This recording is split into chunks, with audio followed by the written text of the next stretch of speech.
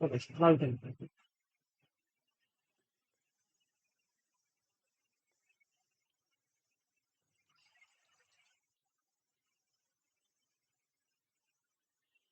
Morning class. अपने अपने notes book निकाल लीजिए और एनसीईआरटी सामने रख लीजिए। हालांकि जो आज हम पढ़ने वाले हैं वो काफी पोर्शन ऐसा है जो एनसीईआरटी में गिवन नहीं है, ओल्ड एनसीईआरटी में था, लेकिन क्योंकि इसमें से क्वेश्चन आते हैं तो इसलिए हमें पढ़ना पड़ेगा। ठीक है।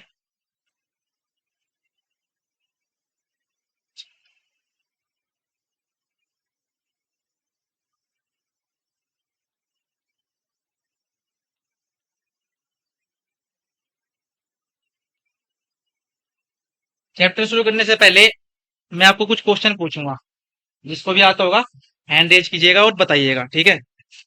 अच्छा, आपको लगता है आप लिविंग है ना? और आपके सामने रखिए टेबल या मेरे हाथ में पेन, ये सब क्या है? नॉन लिविंग है। तो आपको कैसे पता कि हम लिविंग है और ये चीज, पर्टिकुलर चीज जो है वो नॉन लिविंग है? किस तरीके से कैसे पता है? क्या कोई पर्टिकुलर डेफिनेशन है इस चीज की? खड़े होके बताइए। लिविंग जो है अपनी मर्जी से कहीं भी आ जा सकते हैं। ओके,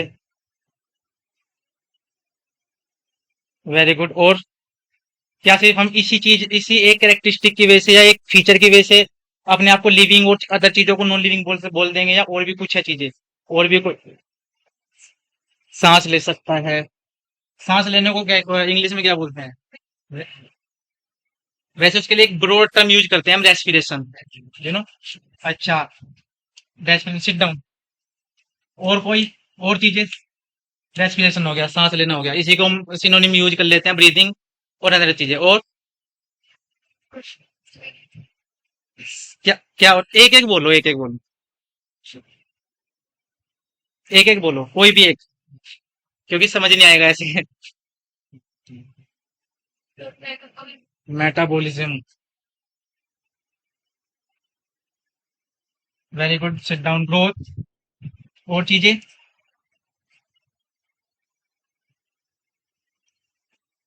और कुछ या बस इतना ही?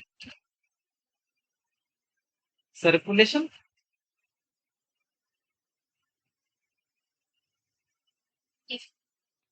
वेल, आज हम यही पढ़ने वाले हैं कि लिविंग में और नॉन लिविंग में क्या डिफरेंसेस हैं। हम कैसे पहचानेंगे कि कोई भी चीज, किसी भी चीज को हम नॉन लिविंग क्यों बोल रहे हैं, लिविंग क्यों बोल रहे हैं? तो आज का जो हमारा चैप्टर है का नाम है वो है द लिविंग वर्ल्ड। हेडिंग डालिए द लिविंग वर्ल्ड। देखो, एक सबसे पहली बात,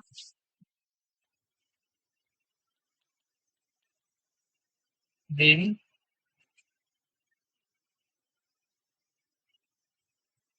मैं आपको इस तरीके से पढ़ा रहा हूँ या पढ़ाना चाह रहा हूँ कि आपको जितना मैं पढ़ाऊंगा अगर आपने वो अच्छे से कर लिया, उसी में से आपके सारे क्वेश्चन बन जाएंगे नीट के। आपको एक्स्ट्रा कहीं से भी पढ़ने की जरूरत नहीं है, ना यूट्यूब से ना बुक से, कहीं से भी। ठीक है। इसीलिए मैं आपको नोट भी बनवाऊंगा। आपको मतलब यहाँ पे मैं जो भी चीजें लिखता रहूंगा आपको वो अपनी कॉपी में लिखनी है, और उसको बाद में एक्सप्लेन करूंगा। ठीक है। जो कुछ डाउट आपके होंगे वो आप पूछते रहिएगा। ठीक है। मैं ये चीज एक बता देता हूँ पहले ही कि क्या आपको करना है। ठीक है। तो हम पढ़ने वाले हैं द लिविंग वर्ल्ड। अब इसी के जो इंट्रोडक्शन में, लिविंग वर्ल्ड के इंट्रोडक्शन में कुछ टर्म्स दी हुई हैं। बायोलॉजी, बायोलॉजी, किसी को पता है कि बायोलॉजी क्या है? किसे हम बायोलॉजी कहते हैं? Anyone? Study of living things. Okay, very good. तो बायोलॉजी, इसमें गिवन है कि बायोलॉजी, और यहाँ पे एक और दी हुई है, इसमें एक डेफिनेशन टाइप दी हुई है या एक लाइन दी हुई है कि बायोलॉजी क्या है? स्टडी ऑफ लाइफ फॉर्म्स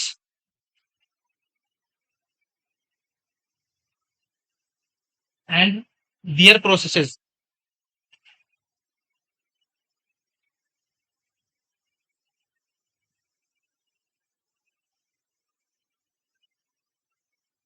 तो यहाँ पे बायोलॉजी का क्या मतलब है? बायो का मतलब होता है यहाँ पर लाइफ, मतलब जीवन। ठीक। अब लाइफ क्या है वो हम आगे पढ़ेंगे, अभी यही पढ़ने वाले हैं। तो लाइफ की स्टडी, हम सिंपल बोल सकते हैं लाइफ की स्टडी।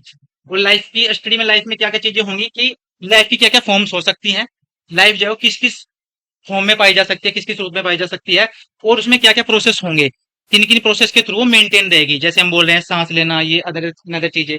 ठीक है, तो बायोलॉजी की डेफिनेशन इतनी चाहिए। अब यहाँ पे कुछ टर्म्स आती हैं इसमें, ये कैसे होना है,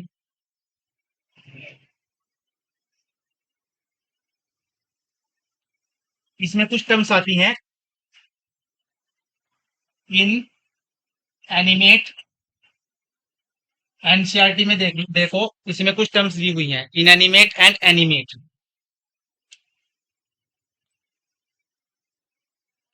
अब इनका क्या मतलब है?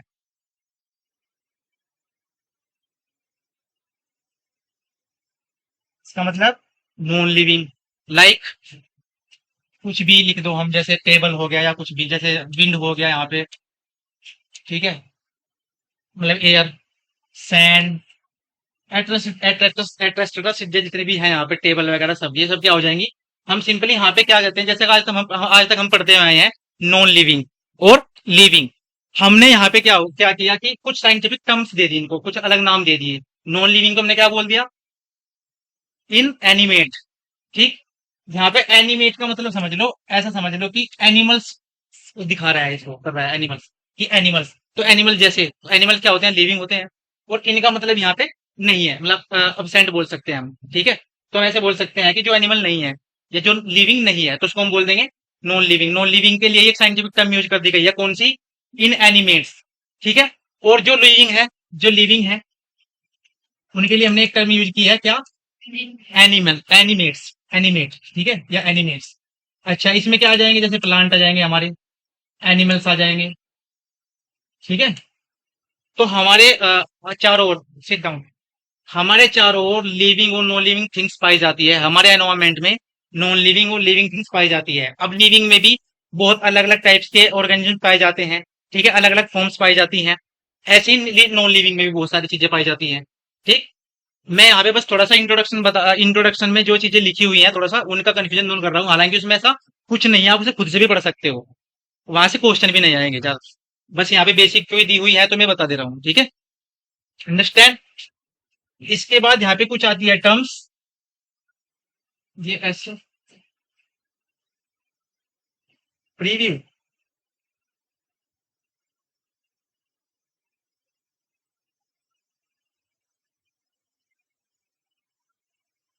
अच्छा, यहाँ पे कुछ आती है, एक और टर्म आती है एंथ्रोपोसेंट्रिक।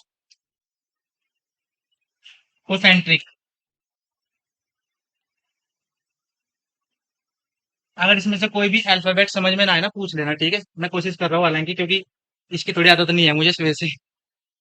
एंथ्रोपोसेंट्रिक, और एक होता है बायोलॉजिकल, यानी कि हमें बायोडायवर्सिटी में, बायोडायवर्सिटी क्या है? किसी को पता है बायोडायवर्सिटी किसको कहते हैं? खड़े होके बताइए। घबराने की जरूरत नहीं है, जोर से बोलो, कोई दिक्कत नहीं। जैव विविधता। हाँ, मतलब वही तो मैंने पूछा, बस मैंने इंग्लिश में बोल दिया बायोडायवर्सिटी। टर्म का मतलब क्या है इसका? डेफिनेशन टाइप क्या है, या मतलब क्या पढ़ा है इसका मतलब? जीवों में विविधता होती है का मतलब तरीके के जीव पाए जाते हैं। सिट डाउन, बढ़िया बताया। और आप सब भी ऐसे थोड़ा सा कॉन्फिडेंस लाओ कि पूछ सके या बहुत बता सके। ठीक है, तो यहाँ पे हम बात करते हैं कि जो बायोडायवर्सिटी है इसकी स्टडी हम दो तरीके से कर सकते हैं। हम दो व्यू ध्यान में रख सकते हैं, अपने अपने व्यू ध्यान में रखकर बात कर सकते हैं। जैसे कि एंथ्रोपोसेंट्रिक व्यू। अब इसका क्या मतलब है कि इंसान जो है वो बहुत ज्यादा मतलब टाइप वो है, व्यू है, यू नो, कि वो अपने बारे में सोचता है। वो सोचता है कि मेरा किस तरीके से फायदा हो, मैं किसी भी ऑर्गेनिज्म का कैसे यूज कर सकूं। ठीक है, तो उस इस तरीके के व्यू को हम क्या बोलते हैं? Anthropocentric view. मतलब ये ह्यूमन सेंटर्ड होता है। ह्यूमन सेंटर्ड का क्या मतलब है? कि यहाँ पे बस अपने ऊपर ही फोकस किया गया है। वो अपने आप को ही बढ़ावा देना चाहता है। किसी भी ऑर्गेनिज्म की कुछ भी अगर उन्होंने क्वालिटी देखी तो उसको अपने लिए यूज करेगा। ठीक, जो कि एक बहुत ही बेकार बात है, मतलब बहुत बेकार व्यू है। इससे क्या होगा? हम ज्यादा से ज्यादा ऑर्गेनिज्म के बारे में नहीं जान पाएंगे। हमारी जो नॉलेज है बायोडायवर्सिटी के बारे में, बायोडायवर्सिटी मतलब डिफरेंट डिफरेंट टाइप के ऑर्गेनिजम्स जो अर्थ पर पाए जाते हैं उनके बारे में हम ज्यादा स्टडी नहीं कर पाएंगे। तो हमारी जो नॉलेज है उनके बारे में वो एक लिमिट में रह जाएगी, है ना। तो इस वजह से हम इसको बोलते हैं कि ये एक अच्छा व्यू नहीं है, एंथ्रोपोसेंट्रिक व्यू। ठीक है। इसके बाद जो अच्छा व्यू है जिसको हमें ध्यान में रख के चलना चाहिए, जो हमें फॉलो करना चाहिए, वो क्या है? Biological view. बायोलॉजिकल व्यू क्या कहता है कि जितने भी ऑर्गेनिजम्स अर्थ पर प्रेजेंट है उनका उनका इक्वल कंट्रीब्यूशन है, उनकी इक्वल इंपॉर्टेंस है। मतलब जिस तरीके से ह्यूमन एक ऑर्गेनिज्म है, इसी तरीके से हर एक ऑर्गेनिज्म, चींटी हो गया, मच्छर मक्खी हो गया, उनका भी इतना ही कंट्रीब्यूशन है। वो भी अर्थ पर एक जीव है। मतलब ये कि क्या नाम, जिस तरह आप हो ना, उनका भी ऐसे ही, वे भी एक जीव है, उनकी भी एक लाइफ है और उनकी भी आपकी जितनी ही इंपॉर्टेंस है। अर्थ जो है वो सबको इक्वल समझती है। ठीक है। बोर तो नहीं हो रहे? समझ आ रहा है ना क्या बोल रहा हूं मैं? तो ये क्या कहता है कि हर एक इंडिविजुअल को, हर एक ऑर्गेनिज्म को इक्वल इंपॉर्टेंस देनी है। ठीक है। और इससे हमें क्या फायदा होगा? हमें दिखेगा कि भाई ये कोई भी पर्टिकुलर पेड़ है, कोई भी प्लांट है माना, ठीक है, उससे कुछ पर्टिकुलर मसाला मिलता है, तो हमें पता चलेगा कि भाई इस तरीके से हमें अच्छा मसाला मिलेगा, इस पेड़ से अच्छा मसाला मिलेगा। और दूसरे प्लांट से ऐसे ही कोई किसी और से और चीज अच्छी मिलेगी, तो इस तरीके से हम सब पे ध्यान दे पाएंगे। ठीक है। अगर हम ये सोच लेंगे ना कि अगर एक मक्खी है, कि मक्खी को मार दो, आप मक्खी की इज्जत नहीं करोगे, तो मक्खी की इज्जत ना करने पर क्या होगा कि अगर वो यहाँ से अर्थ से एक्सटिंक्ट हो गई, मतलब मर गई परमानेंटली के लिए, यहाँ से अर्थ से वो हो गई, वो वेनिश हो गई, तो क्या होगा कि वो ह्यूमन लाइफ पर भी इम्पैक्ट डालेगी। और कुछ टाइम बाद ह्यूमन की जो पॉपुलेशन है या ह्यूमन जो है वो भी एक्सटिंक्ट हो जाएंगे। तो इसलिए सबको समान इज्जत देनी है। ठीक है। इसका मतलब यही है, बायोलॉजिकल व्यू का मतलब यही है कि हर एक ऑर्गेनिज्म जो है अपनी इंपॉर्टेंस लेके पैदा हुआ है। जिस तरह आप खुद को इंपॉर्टेंस प्रोवाइड करते हो या रेस्पेक्ट करते हो, ऐसे ही सबकी रेस्पेक्ट करनी है, हर एक जीव की। अर्थ सबकी है। सिंपल। मैं बस बेसिक सा बता रहा हूँ, इससे क्वेश्चन तो नहीं आएगा। ठीक है। पर यह है कि आपको पता होना चाहिए क्योंकि इंट्रोडक्शन में दिया हुआ है। अंडरस्टैंड? आप यहाँ पे लिख सकते हो, इसमें आप एक चीज लिख सकते हो कि तो एक तो बहुत ज्यादा बड़ा हो रहा है। ये आपने हेडिंग डाली है ना, एंथ्रोपोसेंट्रिक। ठीक है। एंथ्रोपोसेंट्रिक, और इसमें अलग अलग हेडिंग डाल लीजिए, एंथ्रोपोसेंट्रिक और बायोलॉजिकल व्यू। एंथ्रोपोसेंट्रिक व्यू और बायोलॉजिकल व्यू आप लिख सकते हैं। ह्यूमन कंसिडर, क्या चल रहा है इसका यार, ह्यूमंस कंसिडर themselves क्या सुपीरियर, अपने आप को बड़ा वो दिखाता है कि मैं ही हूं सब यहाँ पे।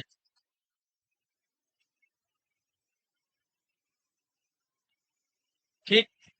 और इस वजह से क्या होगा, यहाँ पे हमारी जो नॉलेज है वो नहीं आगे प्रोग्रेस नहीं कर पाएगी। तो limited progress in our knowledge.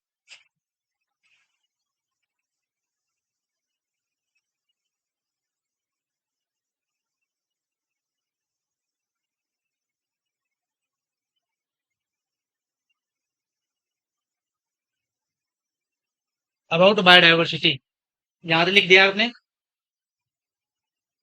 यहाँ तक लिख दिया है।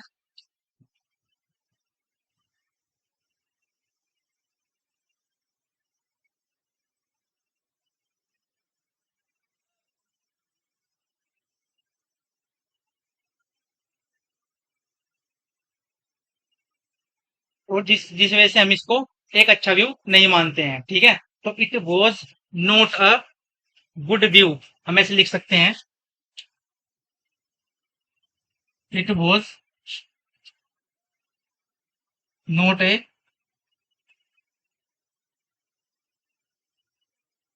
Good view. तो इसलिए हमें किसको बढ़ावा देना चाहिए? कौन से व्यू को बढ़ावा देना चाहिए? बायोलॉजिकल व्यू को। ताकि और जो कितने जितने भी ऑर्गेनिज्म है वो भी अच्छे से अपने लाइफ सर्वाइव कर सके, मतलब स्पेंड कर सके। और यहाँ पे तो यहाँ तक लिख दिया आपने। आप दूसरे इसमें लिख सकते हैं कि इट ट्रीट्स, ये लिख रहे हैं ना प्रॉपर आपने सबने? ये सेंटेंस है, बुलेट पॉइंट्स, ये बुलेट पॉइंट्स है।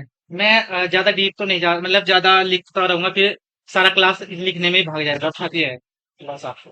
ठीक है ना। मैं फिर भी शॉर्ट में ट्राई करूंगा, शॉर्ट में कराने की अपनी तरफ से मैं शॉर्ट में करूंगा ट्राई। लेकिन फिर भी जो आज मैंने नोट्स बनाया हुआ है वो मैंने पॉइंट में लिखा हुआ है, अच्छे खासे पॉइंट में लिखा हुआ है। जितना आप लिख सकते हो आज लिखेंगे, कल से फिर मैं शॉर्ट नोट में ट्राई करूंगा, ताकि आपको भी अच्छा समझ में आए और जल्दी जल्दी जल्दी से जल्दी आपका सिलेबस भी कवर हो जाए। ठीक है। ठीक है। तो हम लिख सकते हैं यहाँ पे बायोलॉजिकल बायोलॉजिकल रिव्यू में, it treats all species, it अरे यार,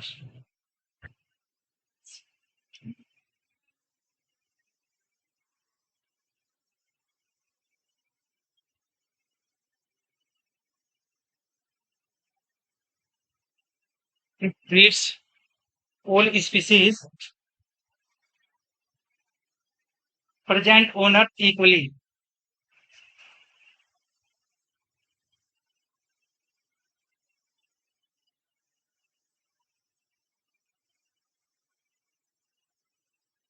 यानी कि हर एक स्पीसीज को क्या हुआ।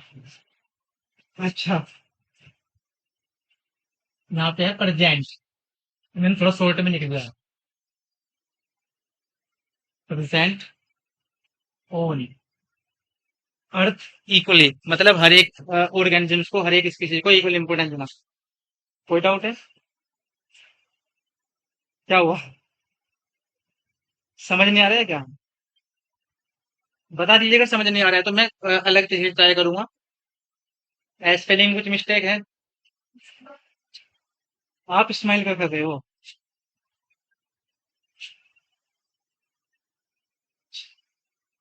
चलो कोई नहीं, जो मैं लिख रहा हूँ यार, जो मैं यहाँ लिख रहा हूँ अच्छे से लिखो, पढ़ो, जो डाउट है वो पूछो। बेवजह की स्माइल मतलब बेवजह मुस्कुराने से क्या हो रहा है? ठीक है ना? तो लिखो। और तो ये हमें क्या करेगा, जिस अगर हम हर एक इंडिविजुअल को इम्पोर्टेंस, इक्वल इम्पोर्टेंस देंगे, तो ये क्या करेगा, हमारी नॉलेज को बढ़ा देगा, इट विल इंक्रीज।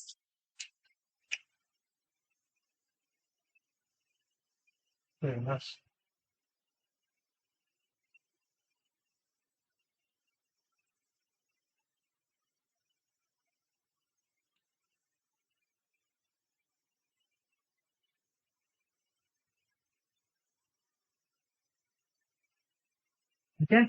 और इसलिए हम इसको लिख सकते हैं कि एक गुड व्यू है, मतलब एक अच्छा व्यू है। यहाँ तक सब कुछ क्लियर?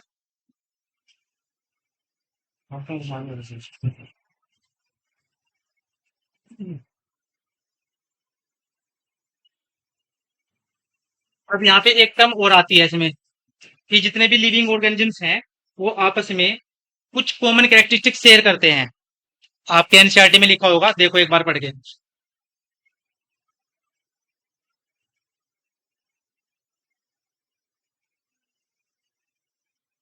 इसका क्या मतलब है, किसी को आइडिया है? Any idea? मुझे लगता है सारा लेक्चर बेसिक पे चला जाएगा।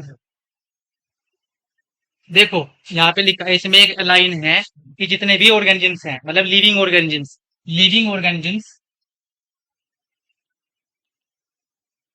मीडिया लाइन,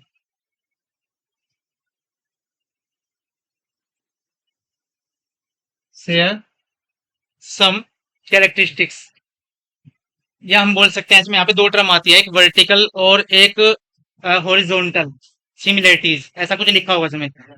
लिखा है, share both vertical and horizontal.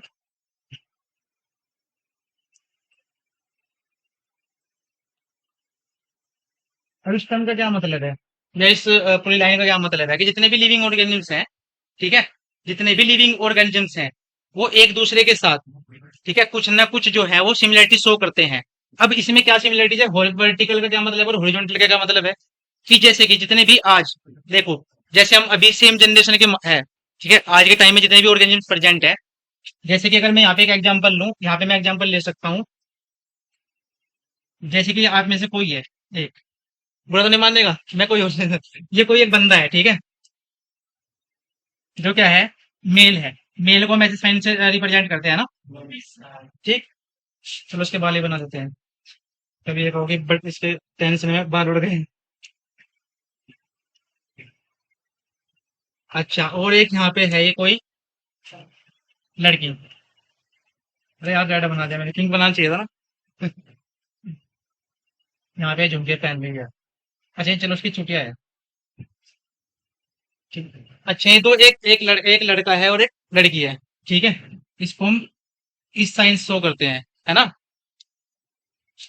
अच्छा जब इनकी शादी होगी आपस में, तो क्या होगा, इनसे कोई ना कोई बच्चा पैदा होगा। ठीक है। ठीक है, मान लेते हैं हम यहाँ से इनसे लड़का हुआ। ठीक, यहाँ पे कोई ऐसे ही लड़का हुआ, मैं रफली बना रहा हूँ अपने हिसाब से। जिसकी आर्ट सही है वो अपने हिसाब से बना लेना। ठीक है, मैं समझाने के लिए बना रहा हूँ बस। ये फर्स्ट नंबर पे कोई लड़का हुआ। ठीक। उसके बाद ऐसी कोई लड़की हुई। ठीक।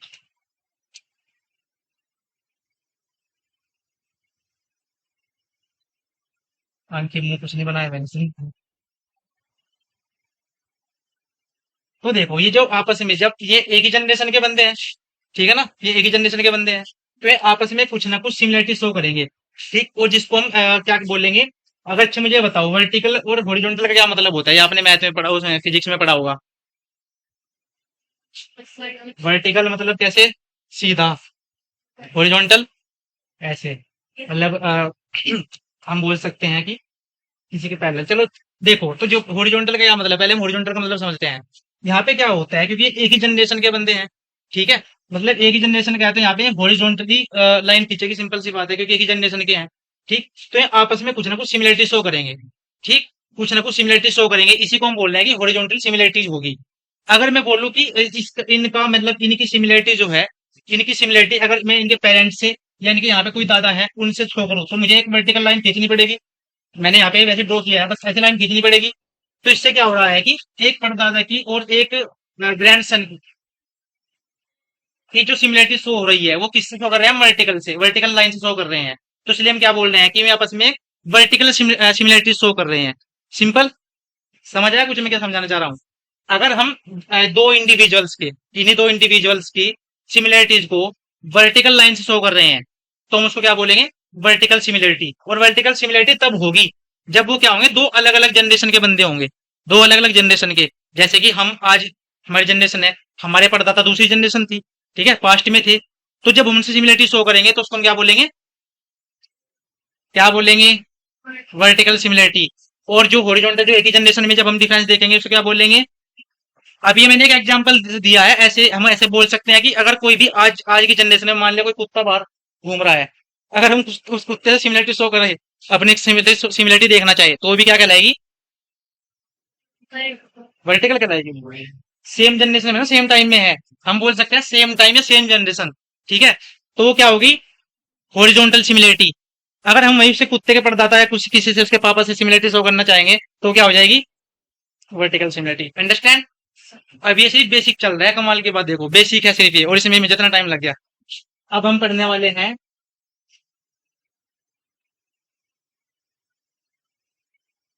अब हम पढ़ने वाले हैं कि लिविंग और नॉन लिविंग में हम कैसे डिफरेंशिएट करेंगे, कि कौन नॉन लिविंग है, कौन लिविंग है।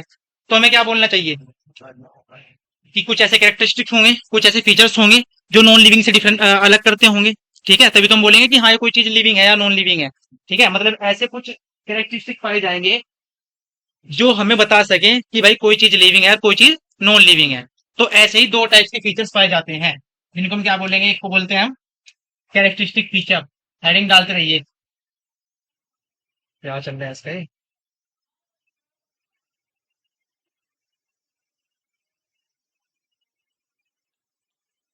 Characteristic feature.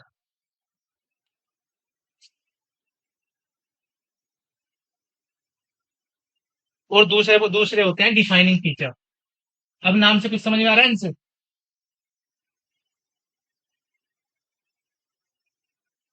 कैरेक्टरिस्टिक फीचर जो होते हैं, वो हर एक लिविंग ऑर्गेनिज्म में पाए जा सकते हैं या नहीं भी पाए जा सकते हैं। दो कंडीशन हो सकती हैं कि वो पाए भी जा सकते हैं और नहीं भी पाए जा सकते हैं। ठीक है, तो क्या होता है यहाँ पर लिखे कि all the features of a living organisms, all the features.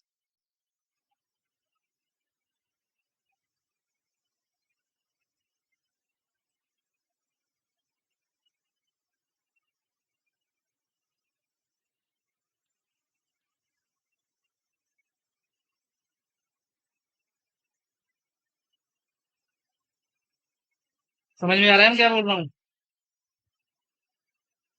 तो इसको हम क्या बोलते हैं, इनके कैरेक्टरिस्टिक फीचर। मतलब ये क्या हो सकते हैं, ये ना जो कैरेक्टरिस्टिक फीचर है, ये किसी लिविंग में पाए भी जा सकते हैं और नहीं भी पाए जा सकते हैं। जैसे कि, जैसे मैं लिख सकता हूँ, जैसे मैं लिख सकता हूँ, तो लिखने में क्या बोलेंगे हम, राइट। लिख सकता हूँ, बोल सकता हूँ, ठीक है, स्पीक कर सकता हूँ, किसी एग्जाम को क्रैक कर सकता हूँ। ये सब क्या है, मेरे फीचर है, मतलब ह्यूमन के फीचर है। और किसी लिविंग में देखा है आपने एग्जाम क्रैक कर सकता हो, चल सकता हो, जैसे आपने पेड़ देखो, पेड़ चल सकता है, नहीं। तो ऐसे ही क्या हो सकता है, जितने भी कैरेक्टरिस्टिक फीचर होते हैं वो क्या होते हैं, किसी भी लिविंग में पाए भी जा सकते हैं और नहीं भी पाए जा सकते हैं। लेकिन जितने भी लिविंग ऑर्गेनिज्म हैं उनमें पाए जाने वाले कैरेक्टरिस्टिक को, जितने भी हैं उनको हम क्या बोलते हैं, कैरेक्टरिस्टिक फीचर। ऐसे ही मान ले प्लांट है, प्लांट खाना बना सकते हैं तो उसका एक कैरेक्टरिस्टिक फीचर है, लेकिन हर एक लिविंग में नहीं पाया जाता है, तो इसलिए हम उसको डिफाइनिंग फीचर नहीं बोलते, डिफाइनिंग फीचर अलग होते हैं, हम बात करते हैं। पर यहाँ फिलहाल बस इतना समझो कि कैरेक्टरिस्टिक फीचर किनको बोल रहे हैं हम, जो हर एक लिविंग ऑर्गेनिज्म में पाए भी जा सकते हैं और नहीं भी पाए जा सकते हैं, साथ ही साथ किसी नॉन लिविंग में भी पाए जा सकते हैं। ठीक है, समझ आ रहा है ना। अब डिफाइनिंग फीचर क्या मतलब, डिफाइन, डिफाइन से नाम समझ में आ रहा होगा यहाँ पे कुछ, डेफिनेशन। डेफिनेशन जो हमें एग्जैक्ट बता दे कि नहीं भाई ये लिविंग है, ये नॉन लिविंग है। अगर ये कोई फीचर है तो ये लिविंग कहलाएंगे, अगर ये नहीं है तो नॉन लिविंग कहलाएंगे। समझ आ रहा है क्या कर रहा हूँ, कि ऐसे फीचर जो सिर्फ और सिर्फ, ठीक है, मतलब 100%, मैं शॉर्ट में लिख रहा हूँ, 100% लिविंग में पाए जाएंगे, ठीक है ना, लिविंग में प्रेजेंट होंगे, और 0% इन नॉन लिविंग। इस टर्म का कुछ मतलब समझ आया, कि 100% लिविंग में पाए ही पाए जाएंगे, चाहे वो किसी भी कैसा भी जीव हो, कैसा भी लिविंग ऑर्गेनिज्म हो, उसमें डिफाइनिंग फीचर पाए ही जाएंगे। और साथ ही साथ वो किसी भी नॉन लिविंग में नहीं पाए जाएंगे, तभी तो हम बोलेंगे कि भाई ये नॉन लिविंग है, लिविंग है। ठीक है, तो नोट करते रहिए जो भी मैं लिख रहा हूँ यहाँ पे। जैसे कि इसमें बहुत सारे फीचर्स आ जाएंगे, अब देखते हैं, पहले हम स्टेप बाय स्टेप एक एक फीचर्स को देखते चलेंगे, और फिर साथ ही साथ मैं वहां पे बताता रहूंगा और पूछूंगा भी आपसे कि क्या हमें इसको डिफाइनिंग फीचर बोलना चाहिए या नहीं बोलना चाहिए, या इसको सिर्फ कैरेक्टरिस्टिक फीचर ही रख देना चाहिए। ठीक है, तो सबसे पहले ऐसी वो चीजें हो सकती है, इसमें ग्रोथ हो सकती है, ठीक है ना, हम ग्रोथ करते हैं, लोकोमोशन करते हैं, हम चल फिर सकते हैं, तो बहुत सारे ऐसे कैरेक्टरिस्टिक फीचर हैं। ठीक, मतलब इनका ऐसा ही है कि जरूरी नहीं है कि हर एक लिविंग ऑर्गेनिज्म में पाए जाए, नॉन लिविंग में पाए जा सकते हैं और लिविंग में पाए जा सकते हैं। तो ये हमें डिफाइन नहीं कर रहे हैं कि कोई भी कि अगर ये पाए जाएंगे तो हम बोल देंगे कि भाई लिविंग में, लिविंग का कैरेक्टरिस्टिक है, नहीं।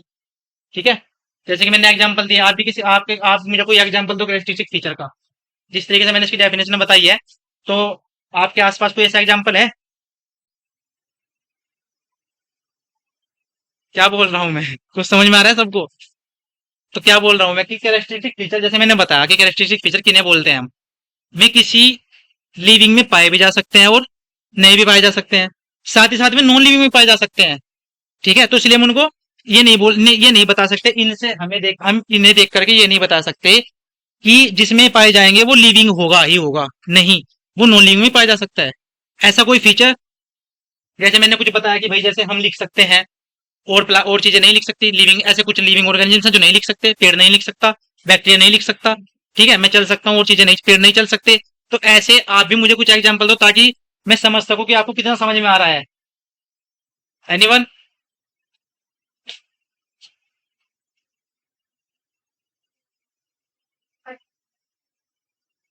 मुझे बताओ ऐसे नहीं वो करना है, जो भी कुछ है बताओ यार, वो घबराने की जरूरत नहीं है, ठीक है। इसका मतलब समझ नहीं आ रहा है शायद, फिर एग्जाम्पल नहीं देखने को मिल रहे हैं। अरे क्या बोला है मैंने, कि ऐसे ऐसे फीचर्स जो हर एक लिविंग ऑर्गेनिज्म में नहीं पाए जा रहे हैं, लेकिन किसी ना किसी लिविंग ऑर्गेनिज्म में पाए ही जा रहे हैं। जैसे कि आप अपने बारे में ही उठा लो ना, रिप्रोडक्शन हो सकता है ना, और वो हर एक लिविंग ऑर्गेनिज्म में हो, ये जरूरी नहीं है, ऐसा भी हो सकता है ना। हाँ, नॉन लिविंग, हालांकि नॉन लिविंग में तो होगा ही नहीं वो, लेकिन हर एक लिविंग ऑर्गेनिज्म हो ऐसा नहीं हो सकता है। Very good, sit down. और कोई, जिस तरीके से इसने सोचा आप भी सोचो। मैं यहाँ पे सही बताऊं, मेरा मोटिव ये है कि आप सोचना सीखे। रट तो हर कोई लेगा यार, देखो ये तो तुम्हें पता ही है, लेकिन ये देखो कि सोचे कैसे कोई चीज हो रही है वो क्यों हो रही है। इतनी फ्रीडम आपको कोई टीचर नहीं देगा, सबसे बड़ी बात ये भी है ना। आपको कोई टीचर नहीं कहता होगा तो ना कि भाई सोचो या कुछ बताओ। तो मैं सोच रहा हूँ कि मैं मेरे यही है कि आप सोचो जिस तरीके से मैंने बता दिया है, जैसे इस लड़की ने ट्राई किया है, आप भी ट्राई कीजिए। तभी तो इंटरेस्ट आएगा पढ़ाने में, मुझे भी और लिंक होंगी चीजें। मेटाबॉलिज्म हम आगे पढ़ेंगे, अभी बहुत बढ़िया बात है, लेकिन वो मेटाबॉलिज्म जो होता है वो हर एक लिविंग का कैरेक्टरिस्टिक है। इन विट्रो फर्टिलाइजेशन है, उसका भी एग्जांपल देखेंगे कि क्यों हम बोल रहे हैं उसको। ठीक है, सिट डाउन। और कोई इसका मतलब और किसी को समझ में नहीं आ रहा है? मैं मान लूं ये चीज फिर। हाँ भाई आप बताओ कोई। क्या बताया मैंने, कैरेक्टरिस्टिक फीचर क्या बताया मैंने? ऐसे तो तुम चार में मुझे ये पढ़ाने में टाइम लग जाएगा, 1.5 घंटा से भी निकाल दोगे। कोई और एग्जांपल देके तुम।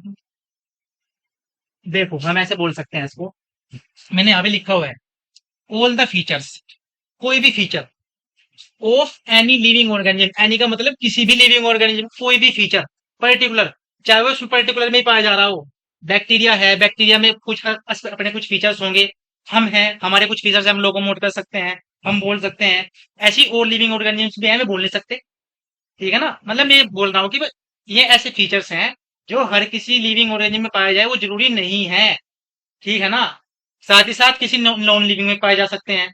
ऐसे फीचर्स को हम बोलते हैं कैरेक्टरिस्टिक फीचर। आया समझ? बस डिफाइनिंग फीचर 100%, 100% लिविंग में ही पाए जाएंगे। तभी तो हम बोल पाएंगे ना भाई कि ये लिविंग है नॉन लिविंग है। तभी तो बोल पाएंगे ना, जो कि बिल्कुल 100% लिविंग में ही पाए जाए। ठीक, और 0% नॉन लिविंग में, जीरो एक भी परसेंट लिविंग में नहीं, नॉन लिविंग में नहीं पाए जाएंगे। तभी तो डिफ्रेंशिएट कर पाएंगे हम।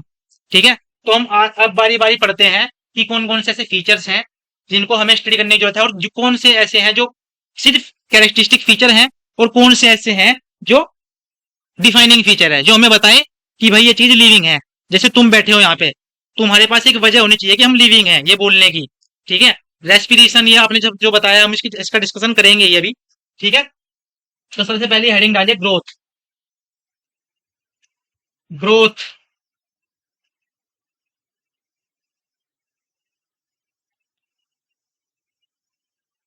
क्या चल रहा है इसका?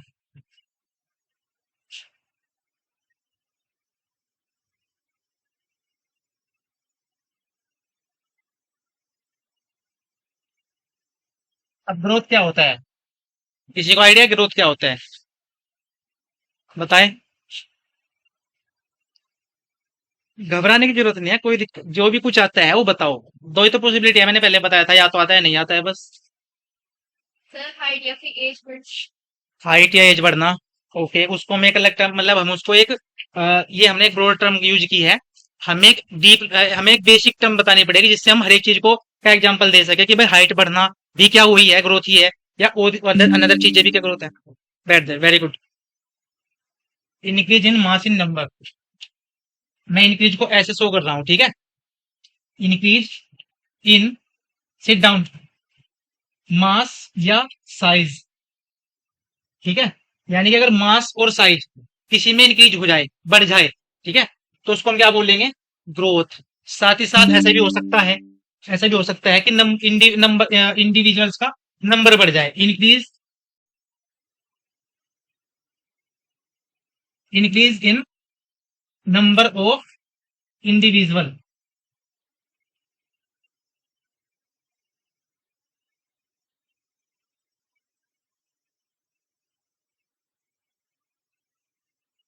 समझ आया क्या मतलब है इन चीजों का? ठीक है, जिस तरह से इसे ऐसे समझो, मास और साइज का। जैसे आप कुछ साल पहले एक छोटे बच्चे थे, आपके जो एवरेज एवरेज 19-22 साल हो गया आई थिंक। तो आप जब 1 साल के थे तो आप कितने छोटे थे, है ना। आपका मास भी बहुत कम था, मतलब आपका वेट वगैरह सब बहुत कम था। आप धीरे धीरे क्या हुए, टाइम के साथ साथ क्या हुआ, आपका साइज भी बढ़ा। ठीक, और आपकी जो स्ट्रक्चर है वो चेंज हुई, मास चेंज हुआ, और आज आपका वेट और जो है यहाँ पे एक पर्टिकुलर साइज और हाइट है। ठीक है, उसको हम बोल रहे हैं क्या, मास में बढ़ना और साइज में बढ़ना। ठीक, जो कि हर एक ऑर्गेनिज्म में, हर एक ऑर्गेनिज्म में पर्टिकुलर एज पर रुक जाता है, वो हम आगे बात करेंगे भी।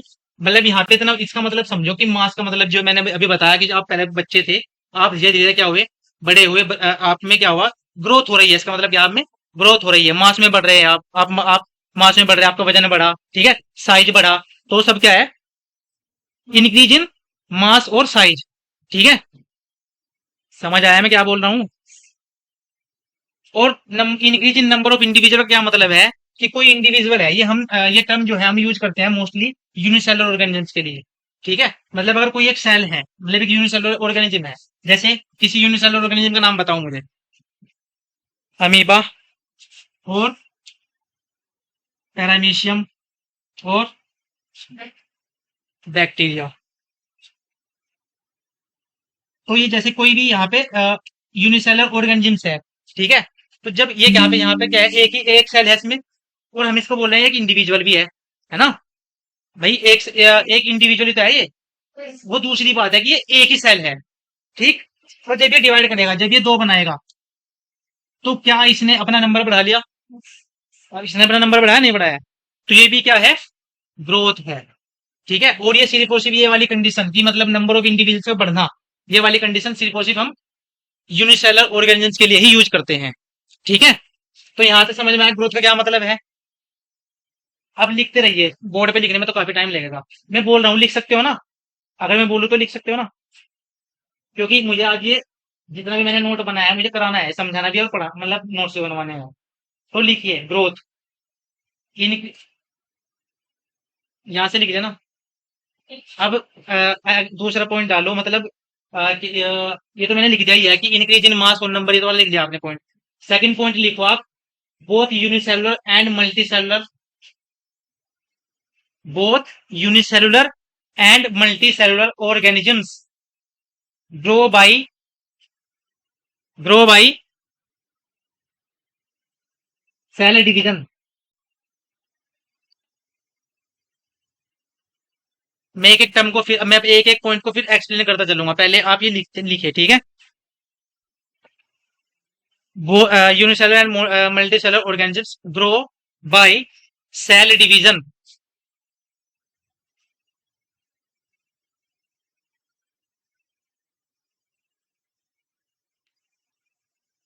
लिख दिया? Both unicellular and multicellular organisms grow by cell division. लिख लिया यहां से यहां तक? ठीक, इसके बाद आप लिखिए the pattern and duration of growth, the pattern and duration of growth, the pattern and duration of growth distinct in different organisms, distinct in different organisms। अब इन टर्म का मतलब समझते हैं कि क्या है। जैसे हमने पॉइंट लिखा कि यूनिसेलुलर और मल्टीसेलुलर जो organisms हैं, ठीक, वो ग्रो करते हैं किसके थ्रू? सेल डिवीजन के। ठीक है ना, मतलब अगर आप जो यहाँ पे एक छोटे बच्चे थे, जैसे कि आपने पढ़ा होगा डेवलपमेंटल बायोलॉजी में थोड़ा बहुत, कि जब एम्ब्रियो बनता है, ठीक है, जाइगोट पढ़ा है, जाइगोट, जाइगोट क्या होता है? तो यहाँ से मैं जाइगोट से स्टार्ट करता हूँ कि जाइगोट जो होता है इसमें क्या होता है, डिवीजन होता रहता है, बार बार बार बार डिवीजन होता रहता है, जिसको हम क्लीवेज बोलते हैं। ठीक है, एक फास्ट डिवीजन होता रहता है, और एक ऐसी सेल का बड़ा मास बन जाता है, मतलब डिफरेंट डिफरेंट, मतलब यहाँ पे क्या होता है, बहुत सारी सेल्स बन जाती हैं, और ऐसी सेल्स जो है वो डिवाइड कर करके एक प्रॉपर एक पूरा इंडिविजुअल बना देते हैं, कोई भी एक पूरा ऑर्गेनिज्म बना देते हैं। ठीक है ना, तो मतलब यहाँ पे जो ग्रोथ हो रही है वो किसके थ्रू हो रही है, हमें दिख रहा है कि भाई सेल्स डिवाइड कर रही हैं, ठीक है, जिस वजह से क्या हो रहा है, मास बढ़ रहा है। ठीक, मतलब डिवीजन के साथ साथ मास बढ़ रहा है, और कोई भी और मास बढ़ने के साथ साथ कोई इंडिविजुअल का फॉर्मेशन हो रहा है। ठीक है, इस टर्म का यह मतलब है कि कोई भी ऑर्गेनिज्म है, अगर वो ग्रोथ करेगा तो सेल डिवीजन के थ्रू ही ग्रो करेगा। ठीक है, सिंपल। इस टर्म का मतलब समझ में, इस स्टेटमेंट का मतलब समझ में आ गया। अगर मैं पूछूंगा ना अगर कुछ, तो अगर ना बताया गया, ठीक है, इसलिए मैं बार बार पूछ रहा हूँ कि कोई भी अगर मैं जो भी बता रहा हूँ ना वो समझ में आना चाहिए हर एक चीज। ठीक, चाहे 2 बार पूछो, 10 बार पूछो, कोई भी चीज। मैं एक एग्जांपल नहीं लू, मैं एक एग्जांपल, अभी तो मैं एक एग्जांपल दे रहा हूँ, बाद में दूसरे एग्जांपल से समझाऊंगा। ठीक है ना, बाद में, लेकिन मुझे ये नहीं, जैसे मैंने लास्ट क्लास में पूछा था किसी को कि मुझे ये बताओ, वो कहने लगा कि सर मुझे समझ में नहीं आ। कमाल की बात है, जब टीचर पूछ रहा है आपको भाई कि समझ में आ रहा है नहीं आ रहा है, तो तब पूछो ना, तो तब पूछना चाहिए ना। तो इसलिए जो भी कुछ डाउट हो ना वो पूछ लेना, ठीक है? जब मैं पूछूंगा तब मुझे नहीं सुनने को मिले कि सर मुझे समझ में नहीं आया, मुझे नहीं पता। इस पॉइंट का मतलब समझ गए? ठीक है। और यहाँ पे दूसरा है कि pattern and duration of growth distinct is distinct in different organisms. मतलब जैसे प्लांट है, कोई भी ऑर्गेनिजम्स है, उनमें जो पैटर्न होगा डिवीजन ग्रोथ का जो पैटर्न होगा, पैटर्न का मतलब यह है कि किसी एक अपने अपने तरीके से जो है वो ग्रोथ होती रहेंगी। और ड्यूरेशन भी अलग अलग होगी। ड्यूरेशन का मतलब है टाइम, कितना टाइम ले रहा है। कोई इंडिविजुअल जो है, कोई भी ऑर्गेनिज्म जो है वो कम टाइम मिलेगा। मान लिया यहाँ पे 2 साल लिया उसने प्रॉपर ग्रो होने में, किसी ऑर्गेनिज्म ने, ठीक। किसी ऑर्गेनिज्म ने अपने 10 साल लिए। तो ऐसे ही क्या होगा, पैटर्न और ड्यूरेशन जो है वो डिफरेंट डिफरेंट होंगी, विशेष होंगी। डिस्टिंक्ट का मतलब विशेष होंगी। ठीक है, समझ में आया? यहाँ तक समझ में आया ना सबको? किसी को कुछ भी डाउट है ना पूछ लेना आराम से। अब हम बात करते हैं प्लांट्स और एनिमल्स में ग्रोथ की। ठीक है, प्लांट्स और एनिमल्स में ग्रोथ की। तो जैसे प्लांट्स होते हैं,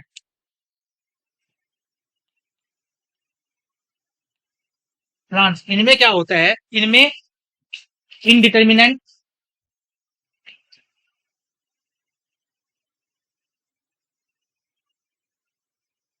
इनमें लिखते रहिए इनडिटर्मिनेंट,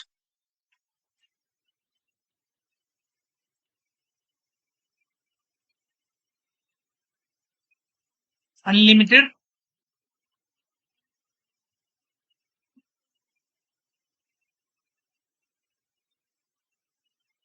इनडिटर्मिनेंट, अनलिमिटेड और कंटिन्यूअस। जी, मैंने इससे पहले कुछ हेडिंग बताई क्या? यहाँ पे हम बात कर रहे हैं प्लांट्स में किस तरीके की ग्रोथ पाई जाती है, और यहाँ से क्वेश्चन बनते हैं। यहाँ से स्टेटमेंट क्वेश्चन भी बनते हैं, स्टेटमेंट बेस्ड, कि कौन सा स्टेटमेंट सही है। तो उसमें दे देगा आपको कि plant show indeterminate unlimited continuous growth, it is right और रॉन्ग। ऐसे क्वेश्चन आ जाते हैं स्टेटमेंट बेस्ड। तो इसलिए मैं बता रहा हूँ, ठीक है? तो इनडिटर्मिनेंट का क्या मतलब है, अनलिमिटेड का क्या मतलब है, कंटिन्यूअस का क्या मतलब है, इनको हम समझेंगे अच्छे से। अगर किसी को कुछ आइडिया हो, किसी एक टर्म का मतलब भी पता हो, मुझे बता सकता है। किसी को कुछ पता है इसके बारे में, कोई भी टर्म? अनकंट्रोल्ड हो एक टाइप से। हाँ, टाइम मतलब हम बोल रहे हैं कि आप इसको हम ऐसे बोल सकते हैं कि टाइम बता रहा है हमें, टाइम के साथ साथ। और ये हमें बता रहा है कि रुक नहीं रही है कोई भी चीज, ठीक है ना? और इनडिटर्मिनेंट, चलो कोई बात नहीं, वेरी गुड। और कोई आइडिया किसी को? तो इनडिटर्मिनेंट का क्या मतलब है कि इसमें पहले से फिक्स नहीं है, किसी भी प्लांट में ये फिक्स नहीं है कि आपको कब तक ग्रो करना है। ठीक है, कि कितना ग्रो करना है, कितना साइज में बड़ा होना है, कितने हमें ब्रांच निकालनी है, लीफ का नंबर कितना होना है। मुझे बताओ, जैसे कि हम कोई प्लांट है, ठीक है, आप इसमें बता सकते हो कितने लीव्स हैं? नहीं बता सकते। और साथ ही साथ अगर मैं इसमें से कोई ब्रांच काट दूं तो क्या वहां पे दूसरी ब्रांच आ जाएगी? और क्या जरूरी है कि जितनी पहले वाली ब्रांच में लीफ थी उतना ही नंबर अब की बार भी दोबारा जो ग्रो हुआ उसमें भी इतना ही नंबर हो लीफ का? ऐसा जरूरी नहीं है ना। तो इसका मतलब यही है कि इनडिटर्मिनेंट, अनिश्चित, कोई फिक्स नहीं है कि कितनी ग्रो होनी है, कितने पार्ट बनना है, लीफ कितने नंबर में होनी है। इसको हम क्या बोलते हैं? इनडिटर्मिनेंट। ठीक है, इसका मतलब बस समझना है। यहाँ पे ये नहीं आएगा कि इनडिटर्मिनेंट का मतलब क्या है, बस समझना है। मतलब क्वेश्चन आएगा कि भाई प्लांट में किस तरह की ग्रोथ पाई जाती है, वो हम समझ रहे हैं, सिंपल। समझ गए ना ये मैंने क्या बताया? और एग्जांपल लेके बताऊं या इतना ठीक है? समझ आ गया ना? कुछ बच्चे सो रहे हैं मुझे लग रहा है, मुझे दिखा है। चलो, इनडिटर्मिनेंट का समझ आया। अनलिमिटेड का क्या मतलब है? अनलिमिटेड का मतलब यही है कि हमें नहीं पता है कितने तक होगी। ठीक है, मतलब कितने टाइम तक होगी। ठीक, अनलिमिटेड का मतलब यही है कि जैसे हमने यही मैंने मैंने एग्जांपल दिया ना कि हमने इसके लिए मतलब हमने कोई ब्रांच काट दी, ठीक है, और उसमें फिर से ग्रोथ हो जाएगी, सेल डिवीजन होता चला जाएगा, है ना? तो हम बोल रहे हैं कि भाई लिमिट नहीं है किसी चीज की, बार बार बढ़ती जा रही है। जैसे आपने सुना कैंसर सेल, कैंसर सेल का नाम सुना है? अनकंट्रोल्ड ग्रोथ होती है, रुकती ही नहीं है, मतलब चलती रहती है। तो ऐसे ही हम इसको टर्म का नाम देते हैं अनलिमिटेड। प्लांट्स में ऐसे ही होता है। क्यों होता है? क्योंकि इनमें कुछ टिश्यूज पाए जाते हैं, स्पेसिफिक टाइप के टिश्यूज। अगर आपने पढ़ा हो 11th 12th में मेरिस्टेमेटिक टिश्यू, ये मैं जनरल नॉलेज के बारे में बता रहा हूँ कि क्यों, मतलब मैं बताना चाह रहा हूँ कि अनलिमिटेड ग्रोथ किस वजह से होती है। ठीक है, तो इनमें कुछ स्पेशल टाइप के टिश्यू पाए जाते हैं जिनको हम क्या बोलते हैं? Meristematic tissue, meristematic tissue. अब ये क्या करते हैं, ये कंटिन्यूअस ग्रो करते रहते हैं। और इसी वजह से, मेरिस्टेमेटिक टिश्यू होने की वजह से ही, अगर आप प्लांट का कोई भी पार्ट काट दोगे वो दोबारा जनरेट हो जाएगा, दोबारा बन जाएगा। ठीक है, इसी को हम बोलेंगे अनलिमिटेड ग्रोथ। ठीक है, और कंटिन्यूस का मतलब ये है कि लगातार चलता रह रहा है प्रोसेस, डिवीजन होता ही रह रहा है, होता ही रह रहा है, मतलब प्लांट ग्रो करता ही जा रहा है। ठीक है, हर टाइम उसमें डिवीजन चलता जा रहा है और नए नए पार्ट बनते जा रहे हैं। यहाँ तक समझ आ गया? सबको क्लियर है? ये सब लिख लिया ना आपने? यहाँ पे स्टेटमेंट बेस्ड क्वेश्चन यही आएगा बस। मैं क्वेश्चन करवाऊंगा हालांकि क्लास में, या तो मैं आए तो, क्योंकि हमारा यही पढ़ने में बहुत टाइम लग जाएगा। लास्ट क्लास जो हमारी हुई, फोर्थ क्लास जो होगी ना, उसमें मैं टेस्ट भी लूंगा एक छोटा सा आपका, यही नॉलेज चेक करूंगा कि आपने कितना सीखा है, तभी तो पता चलेगा ना मुझे मैं कितना, मैं मेहनत ऐसी नहीं कर रहा हूँ। ठीक है ना? एक छोटा सा टेस्ट लेंगे आधे घंटे का, और साथ ही साथ क्वेश्चंस करवाऊंगा, प्रीवियस ईयर के क्वेश्चंस कुछ रखूंगा मैं, जो दिखाऊंगा कि देखो यहाँ पे ऐसे ऐसे क्वेश्चन आए हुए हैं जो मैं पढ़ा रहा हूँ, और इससे बाहर क्वेश्चन जाएगा भी नहीं। ठीक है ना? अंडरस्टैंड? ठीक है, इसके बाद हम बात कर रहे हैं एनिमल्स की। अब एनिमल्स में क्या होता है? एनिमल्स में इसका उल्टा होता है। एनिमल्स में क्या होता है? डिटर्मिनेंट ग्रोथ पाई जाती है। क्या पाई जाती है? डिटर्मिनेंट ग्रोथ पाई जाती है, और साथ ही साथ कंट्रोल्ड होती है, लिमिट में होती है। ठीक है, लिमिटेड होती है, लिमिटेड ग्रोथ होती है। साथ ही साथ डिसकंटिन्यूअस है, कंटिन्यूअस नहीं है, एक मतलब लगातार चलने वाला प्रोसेस नहीं है। ठीक है, क्या है? डिसकंटिन्यूअस।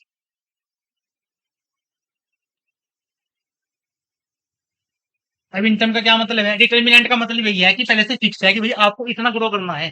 आप देखो, आप आज देखते होंगे कि ह्यूमन की एवरेज हाइट 6 फीट के समथिंग होती है ना? कहीं भी देख लो, मतलब किसी भी, अगर हम पूरे वर्ल्ड की बात करें, तो मतलब एवरेज एवरेज हाइट जो होती है वो कितनी होती है?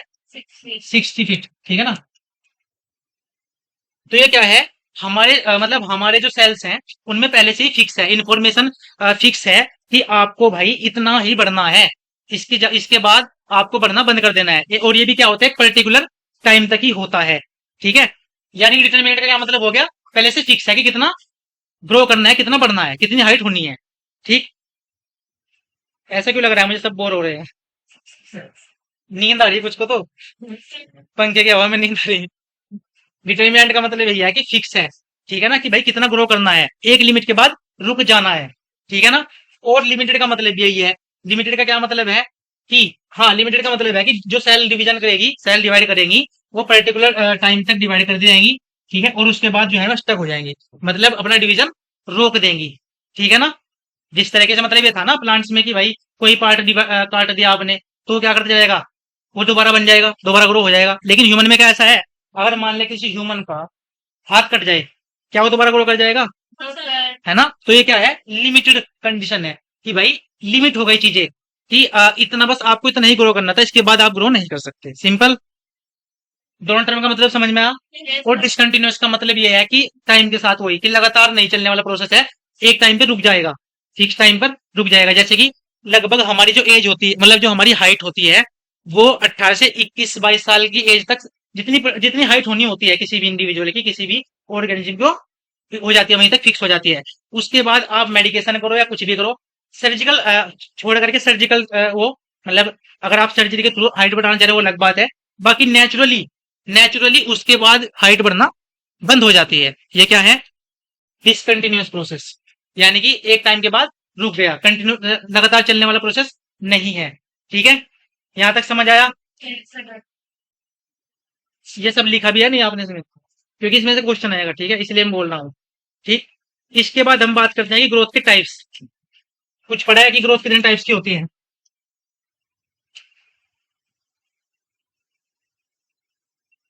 आप 11 12 में कुछ पढ़ के ही ना है क्या? कुछ भी नहीं? अच्छा, यूपी बोर्ड वाले है सारे या सीबीएसई वाले भी हैं? सारे यूपी बोर्ड वाले ही हैं? सीबीएसई वाले कितने हैं? अच्छा, ठीक है। अच्छा, जैसे कि यूपी बोर्ड वालों को थोड़ी प्रॉब्लम हो सकती है, इंग्लिश में कोई प्रॉब्लम तो नहीं है ना? ठीक है, क्योंकि इससे बेनिफिट ही मिलेगा आपको आगे, अगर आपका सिलेक्शन होता है, हालांकि होगा ही, आप मेहनत करेंगे तो होगा, बिल्कुल होगा। ठीक है, तो वहां भी आपको इंग्लिश ही पढ़ना पड़ेगा, इंग्लिश तो पढ़ने नहीं पड़ेंगे। तो इसलिए आपको आप अपने आप की यही हैबिट बनानी पड़ेगी कि आप समझे इंग्लिश में, भले ही मतलब मिक्स बाइलिंगुअल, लेकिन ट्राई करें कि सारी चीज इंग्लिश में हो। ठीक है, तो इसके बाद हम बात करते हैं कि types of growth. Types of growth, अगर यहाँ तक किसी को कुछ डाउट है तो पूछ सकता है, 24 से पहले जो मैंने पढ़ा है वो पूछ सकता है। ठीक। टाइप्स ऑफ ग्रोथ, अब दो टाइप की ग्रोथ पाई जाती है। एक होती है इंट्रिंसिक, इंट्रिंसिक, ठीक है, या इसको हम बोल सकते हैं इंटरनल ग्रोथ। क्या बोल सकते हैं? Internal growth. ठीक है। और एक होती है इसका अपोजिट, एक्सट्रिंसिक, एक्सट्रिंसिक ग्रोथ, जैसे को हम बोल देंगे एक्सटर्नल।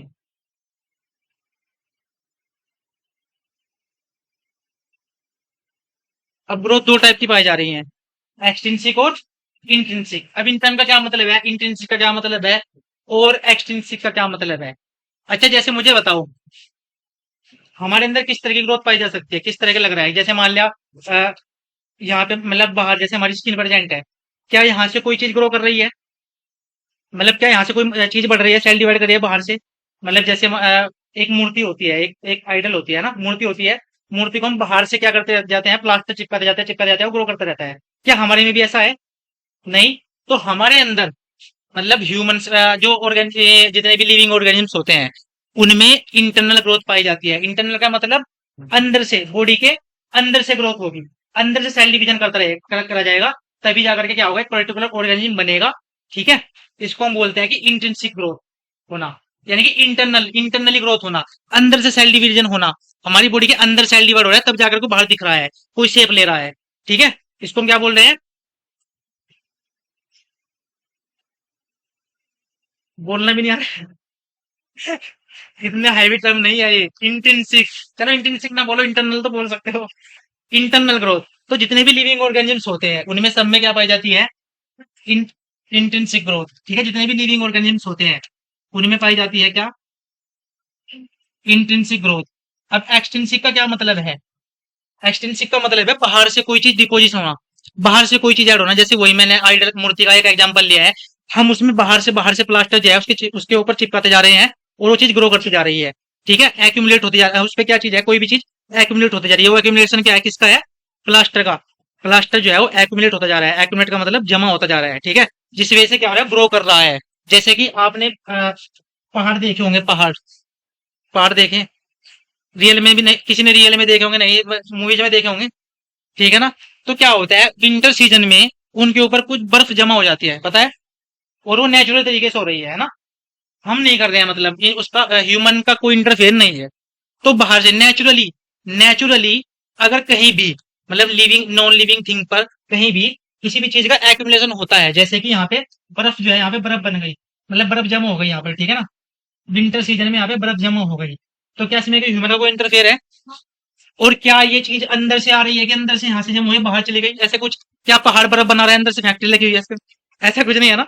बाहर से बर्फ जो है वो जमा हुई, तो यानी कि यहाँ से बाहर से ग्रोथ हो रही है। ग्रोथ हो रही है, क्यों ग्रोथ, क्यों ग्रोथ, ग्रोथ क्यों बोल रहे हैं इसे, ग्रोथ क्यों बोल रहे हैं? अच्छा में से, क्योंकि मास बढ़ रहा है ना। हाँ, क्योंकि हमने ग्रोथ में क्या देखा था, या तो मास बढ़ जाए या साइज बढ़ जाए, तो क्या होगा, ग्रोथ होगा। तो इसलिए हम बोल रहे हैं कि भाई यहाँ पे भी जो है हमारा जो ये है, हमारे माउंटेन्स हैं, उन पे क्या है, बाहर से बर्फ जमा हो गई, जिससे उसका मास बढ़ गया और उसमें ग्रोथ हो गई, इस तरीके से। ठीक है ना। और क्योंकि बाहर से हो रही है तो उसको इसलिए हम क्या बोल रहे हैं, एक्सट्रिंसिक या एक्सटर्नल ग्रोथ। ठीक है ना। ऐसे ही आप देख सकते हैं, पत्थर के टीले हो सकते हैं, पत्थर के टीले आपस में ऐसे ही जमा होते चले गए, उन्होंने एक पर्वत पहाड़ी बना दिया। ये ऐसे बोल सकते हैं, रेत, रेत के टीले। ठीक है, जैसे आपने रेगिस्तान, हालांकि देखा तो आपने किसी ने होगा नहीं, मूवीज में देखा होगा ना, एयर एयर चलती रही, वो एयर के थ्रू क्या हुआ, उन्होंने आपस में क्या बनाते चले गए, वो रेत के टीले बनाते चले गए, है ना। वो सब क्या है, वो सब किसका एग्जाम्पल है, एक्सटेंसिव ग्रोथ का। क्यों? मास बढ़ रहा है, ये नहीं है मास बढ़ना ग्रोथ है, मास बढ़ना ग्रोथ है, लेकिन एक्सटेंसिव क्यों बोल रहे हैं, बाहर से बढ़ रहा है, बाहर से। जैसे हम एग्जांपल यहाँ पे देख सकते हैं, मान लिया यहाँ पे टेबल है, ठीक है, यहाँ पे टेबल है, 1 साल तक मान लिया मैंने रूम बंद कर दिया, खिड़की हालांकि खुली छोड़ दी मैंने, तो क्या होगा, आपको 1 साल बाद कुछ क्या देखने को मिलेगा, इस पे कुछ डस्ट जमा हो जाएगी, और वो कुछ टाइम बाद मतलब ऐसा होगा कि वो उसका पार्ट बन जाएगी, मतलब आपको बहुत एनर्जी यूज करके वो निकालनी पड़ेगी, है ना। तो यानी कि बाहर से नेचुरली क्या हुआ, यहाँ पे इसका कुछ, इस पे डस्ट जमा हो गई जो उसका पार्ट बन गई अब, जो इसके मास में ऐड होगी, काउंट हो गई, वो क्या है? एक्सट्रिंसिक ग्रोथ हो गई। हम बोलेंगे कि भाई इसमें एक्सट्रिंसिक ग्रोथ हो गई। ठीक है ना? तो एक्सट्रिंसिक ग्रोथ किसका कैरेक्टर हो गया? एक्सट्रिंसिक ग्रोथ क्या लिविंग में हो सकती है? मैंने भी एग्जांपल दिया, क्या दिया? लिविंग में जितने भी लिविंग होंगे उनमें क्या होगी? इंटरनल ग्रोथ या, या इंट्रिंसिक ग्रोथ।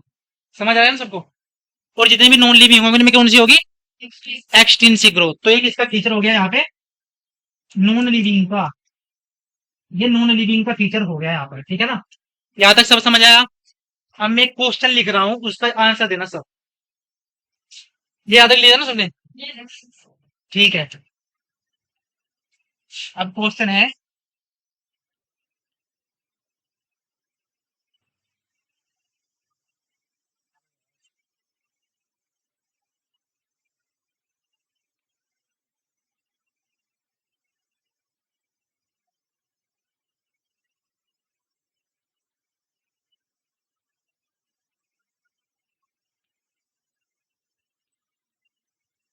ये लिखते भी रहिए साथ साथ, जो भी मैं लिख रहा हूँ ना, ये लिखते भी रहिए, क्योंकि मतलब आइडिया होगा कि किस तरह क्वेश्चन आएगा। ठीक है? तो जैसे हम यहाँ पे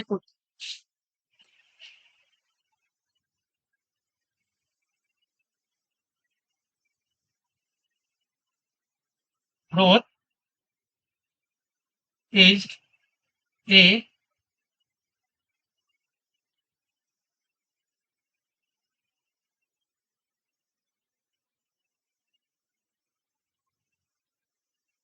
सब बात कर रहे हैं, कोई ना वैसा है। कॉपी चेक करूंगा मैं सबकी। पहला स्टेटमेंट ये है। सेकंड,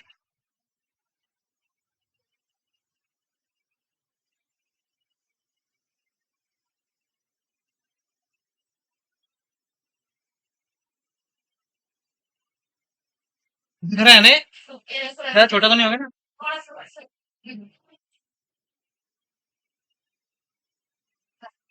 ठीक है।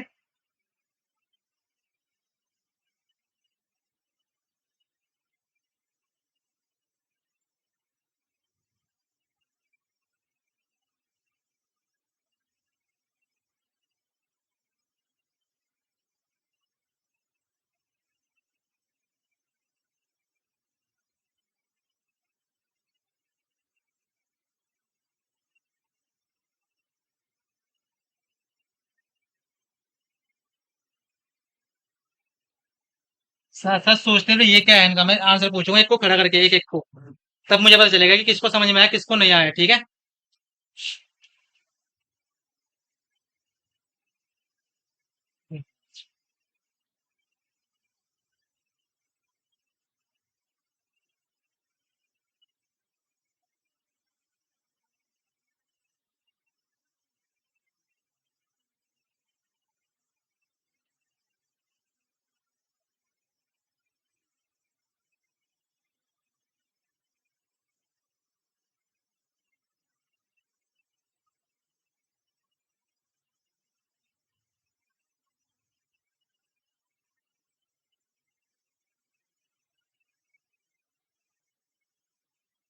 हालांकि बहुत आसान लिख दिया, बना दिया मैंने।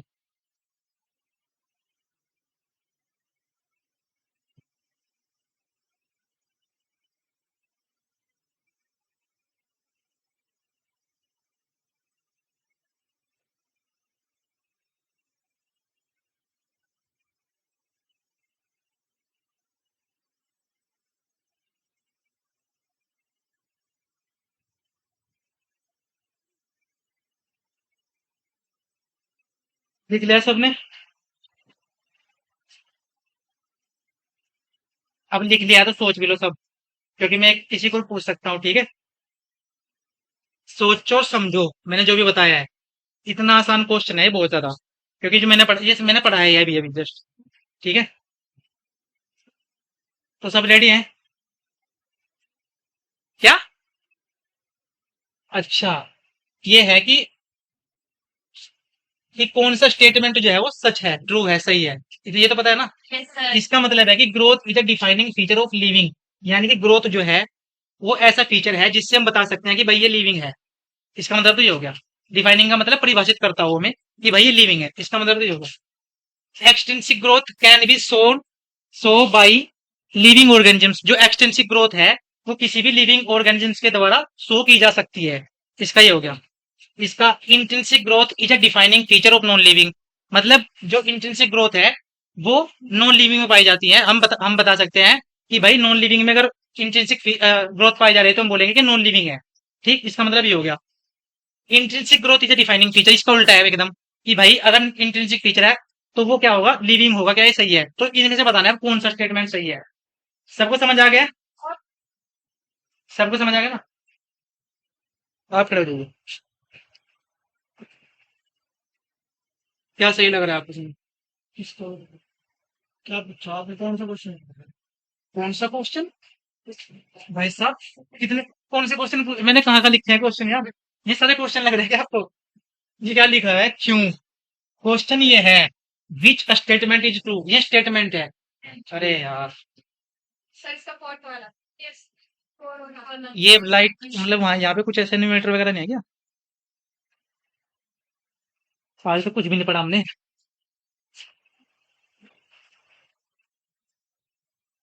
चलेगा ना? जैसे कि यूनिसेलुलर ऑर्गेनिज्म, अमीबा, ठीक है? अमीबा या ये बैक्टीरिया है, ठीक है? कोई भी एक यूनिसेलुलर ऑर्गेनिज्म है। तो जब ये डिवाइड करेगा, दिख रहा है ना सही? जब ये डिवाइड करेगा तो ये क्या बनाएगा? दो सेल बना देगा, ठीक है? तो हम क्या बोलेंगे, ग्रोथ हुई है नहीं? ग्रोथ हुई है। अच्छा, साथ ही देखो कि ये एक इंडिविजुअल था, एक ऑर्गेनिज्म था। अब इससे डिवाइड होकर कितने ऑर्गेनिज्म बन गए? दो ऑर्गेनिज्म बन गए, दो इंडिविजुअल बन गए। और आपने पढ़ा होगा कि अगर किसी भी कोई भी ऑर्गेनिज्म अपनी दो कॉपी बना लेता है तो उसको हम क्या बोलते हैं? जब अपने ही जैसा ऑर्गेनिज्म बना लेता है उसको हम क्या बोलते हैं? रिप्रोडक्शन।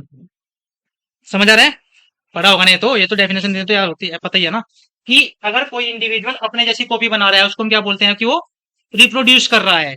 तो जितने भी यूनिसेलुलर ऑर्गेनिजम्स होते हैं, मतलब सिंगल सेल्ड ऑर्गेनिजम्स, जैसे अमीबा हो गया, पैरामीशियम हो गया, मतलब जितने बैक्टीरिया हो गया, तो जब ये डिवाइड करेंगे ना, ये ग्रोथ के साथ साथ रिप्रोड्यूस भी करेंगे।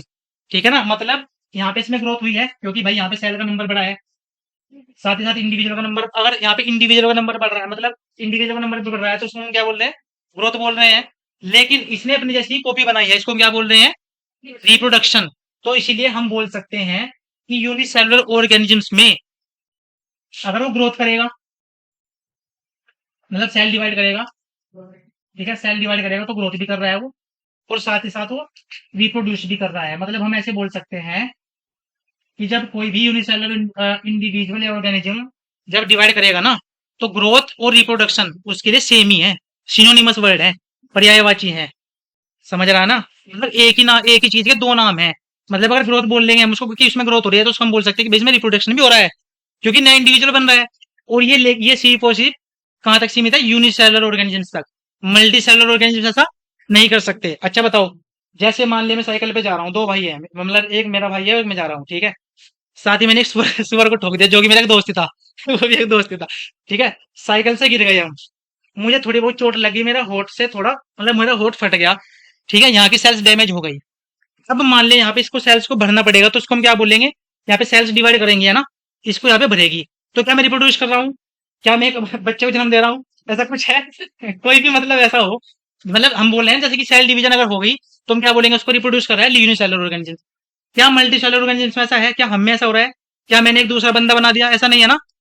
तो हम बोलेंगे कि हमारे अंदर मल्टी सेलुलर ऑर्गेनिजम्स के अंदर जो ग्रोथ है और रिप्रोडक्शन है, में दो अलग अलग फिनोमिनन है। ठीक है? तो ये क्या है, हम यहाँ पे लिख सकते हैं कि इसमें क्या होता है यूनिसेलुलर ऑर्गेनिजम्स में, ये म्यूचुअली, इसमें एक यहाँ से क्वेश्चन आ जाता है, म्यूचुअली इनक्लूसिव इनक्लूसिव प्रोसेस होते हैं, ठीक है ना? इसका मतलब क्या है कि दोनों चीजें एक साथ ही हो रही हैं, ठीक है? और सिनोनिमस एक दूसरे,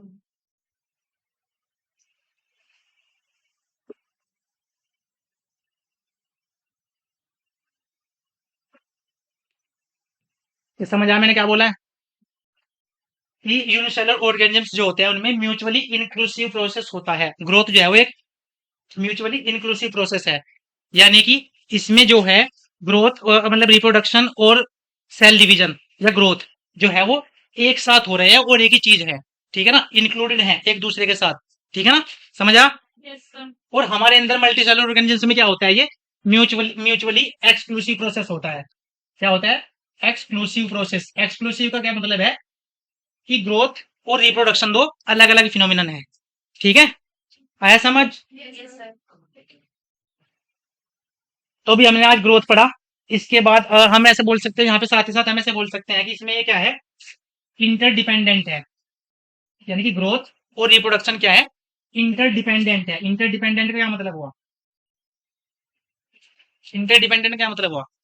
एक दूसरे के ऊपर डिपेंड कर रहे हैं, ठीक है ना, ग्रोथ हो रही है, रिप्रोडक्शन भी हो रहा है, रिप्रोडक्शन हो रहा है, ग्रोथ भी हो रहा है, ठीक है ना। और मल्टी सेलुलर ऑर्गेनिजम्स में इंडिपेंडेंट है, स्वतंत्र है, फ्री है। मतलब अगर भाई ग्रोथ हो रही होगी तो हम ये नहीं बोलेंगे कि भाई रिप्रोड्यूस कर रहा है, नहीं, रिप्रोडक्शन एक अलग फिनोमेना हो जाएगा। सिंपल, समझ आया यहाँ तक? कोई डाउट नहीं है ना किसी का? ठीक है। इसके बाद हम दूसरा कैरेक्टरिस्टिक पढ़ते हैं, रिप्रोडक्शन।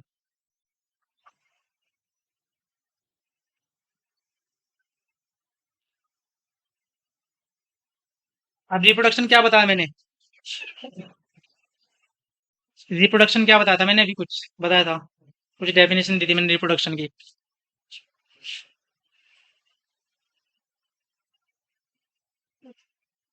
क्या बात, लाइट जाने के बाद सब शांत है।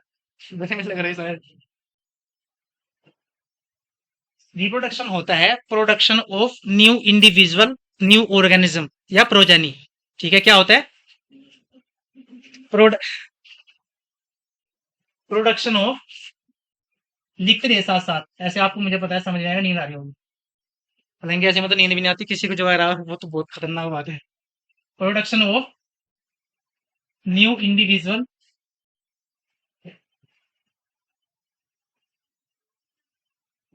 सही दिख रहा है ना सबको,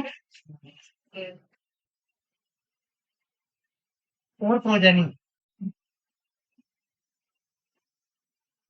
मतलब अपने जैसा ही एक कॉपी बना देना, ठीक है। अच्छा, आपको जैसे आपने रिप्रोडक्शन थोड़ा बहुत आइडिया तो होगा ही, आप रिप्रोडक्शन से क्या समझते हैं, क्या मतलब है और चीजों का, मतलब आपने ज्यादातर देखा होगा आपके मन में, जब जैसे ही आप रिप्रोडक्शन सोचते हैं तो आपके समझ आपके मन में आता होगा एकदम सेक्सुअल रिप्रोडक्शन, है ना, मतलब कि भाई दो बंदे मिले आपस में और उन्होंने एक बच्चा को कर दिया, ठीक है, ऐसा आता होगा समझ में।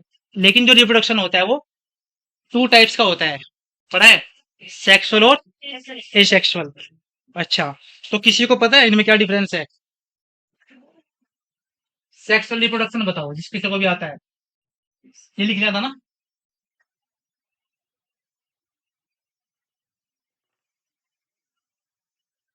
आप नीट वाले नहीं हो? ठीक है, हाँ जी, चलो आप बताओ। अच्छा, ठीक है, आगे। और अच्छा, आपने अर्थवॉर्म का नाम सुना है? अर्थवॉर्म में क्या सेक्सेस, जो सेक्स होते हैं वो डिफरेंट डिफरेंट होते हैं, सेम होते हैं? से एक हो गया ना, एक इंडिविजुअल होता है ना, तो क्या दो पेरेंट इन्वॉल्व हुए इसमें? फिर बैठ जाओ, बहुत बढ़िया है, बताया तो है ना। तो देखो वो ठीक है, लेकिन पेरेंट की जगह हमें टर्म यूज करनी चाहिए, दो गैमेट यूज होते हैं।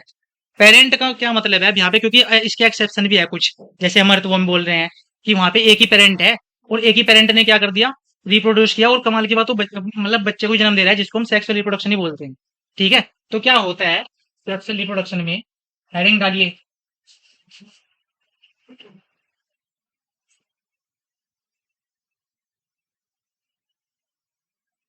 इसमें क्या होता है, इसमें गैमिट्स फॉर्मेशन होता है, गैमिट फॉर्मेशन होता है।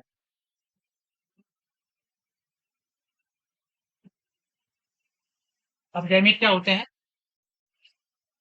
अनेडा, किसी को पता है गैमिट क्या होते हैं? इतना बेसिक आना चाहिए आई थिंक, क्योंकि आगे सारी चीजें इसी पे बेस्ड है, इतना तो बेसिक आना ही चाहिए, क्या गैमिट है। जेनेटिक्स में पढ़ते होंगे आप, जेनेटिक्स में तो बहुत ज्यादा टर्म यूज होती है, मेंडल लॉ इसी के बेस पे पढ़े जाएंगे। गैमेट नहीं पता होगा तो मेंडल लॉ नहीं पढ़ पाओगे आप, है ना। मुझे बताओ जूलॉजी में कौन सा टॉपिक चल रहा है फिलहाल? जूलॉजी में कौन सा टॉपिक चल रहा है फिलहाल नीट के लिए जो मैम पढ़ा रही हैं? Structural organisation of structural organisation ना? अच्छा अच्छा। और उससे पहले इसका मतलब आप एनिमल किंगडम पढ़ चुके हैं? तो आपने वहाँ पढ़ा ही होगा यार, सेक्सुअल रिप्रोडक्शन, एसेक्सुअल रिप्रोडक्शन भी पाया जाता है किसी में नहीं पाया जाता, किसी में डायरेक्ट रिप्रोडक्शन वो पाया जाता है, डेवलपमेंट ये सब पढ़ा ना? तो गैमेट क्यों नहीं बता पा रहे आप? गैमेट बताओ।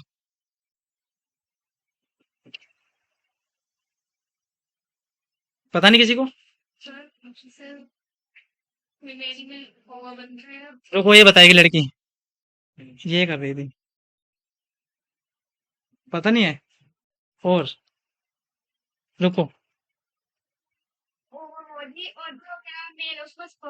हम्म। ये गैमेट हो, ये गैमेट की डेफिनेशन है, ये तो एग्जाम्पल है गैमेट के। रुको ये बता, बैठ जाओ। बहुत बढ़िया, फिर भी बताने की कोशिश तो की आपने।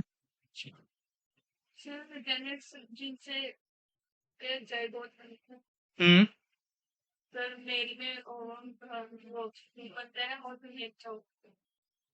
चलो बैठ जाओ, मैं बता रहा हूँ एक प्रॉपर ठीक ठाक।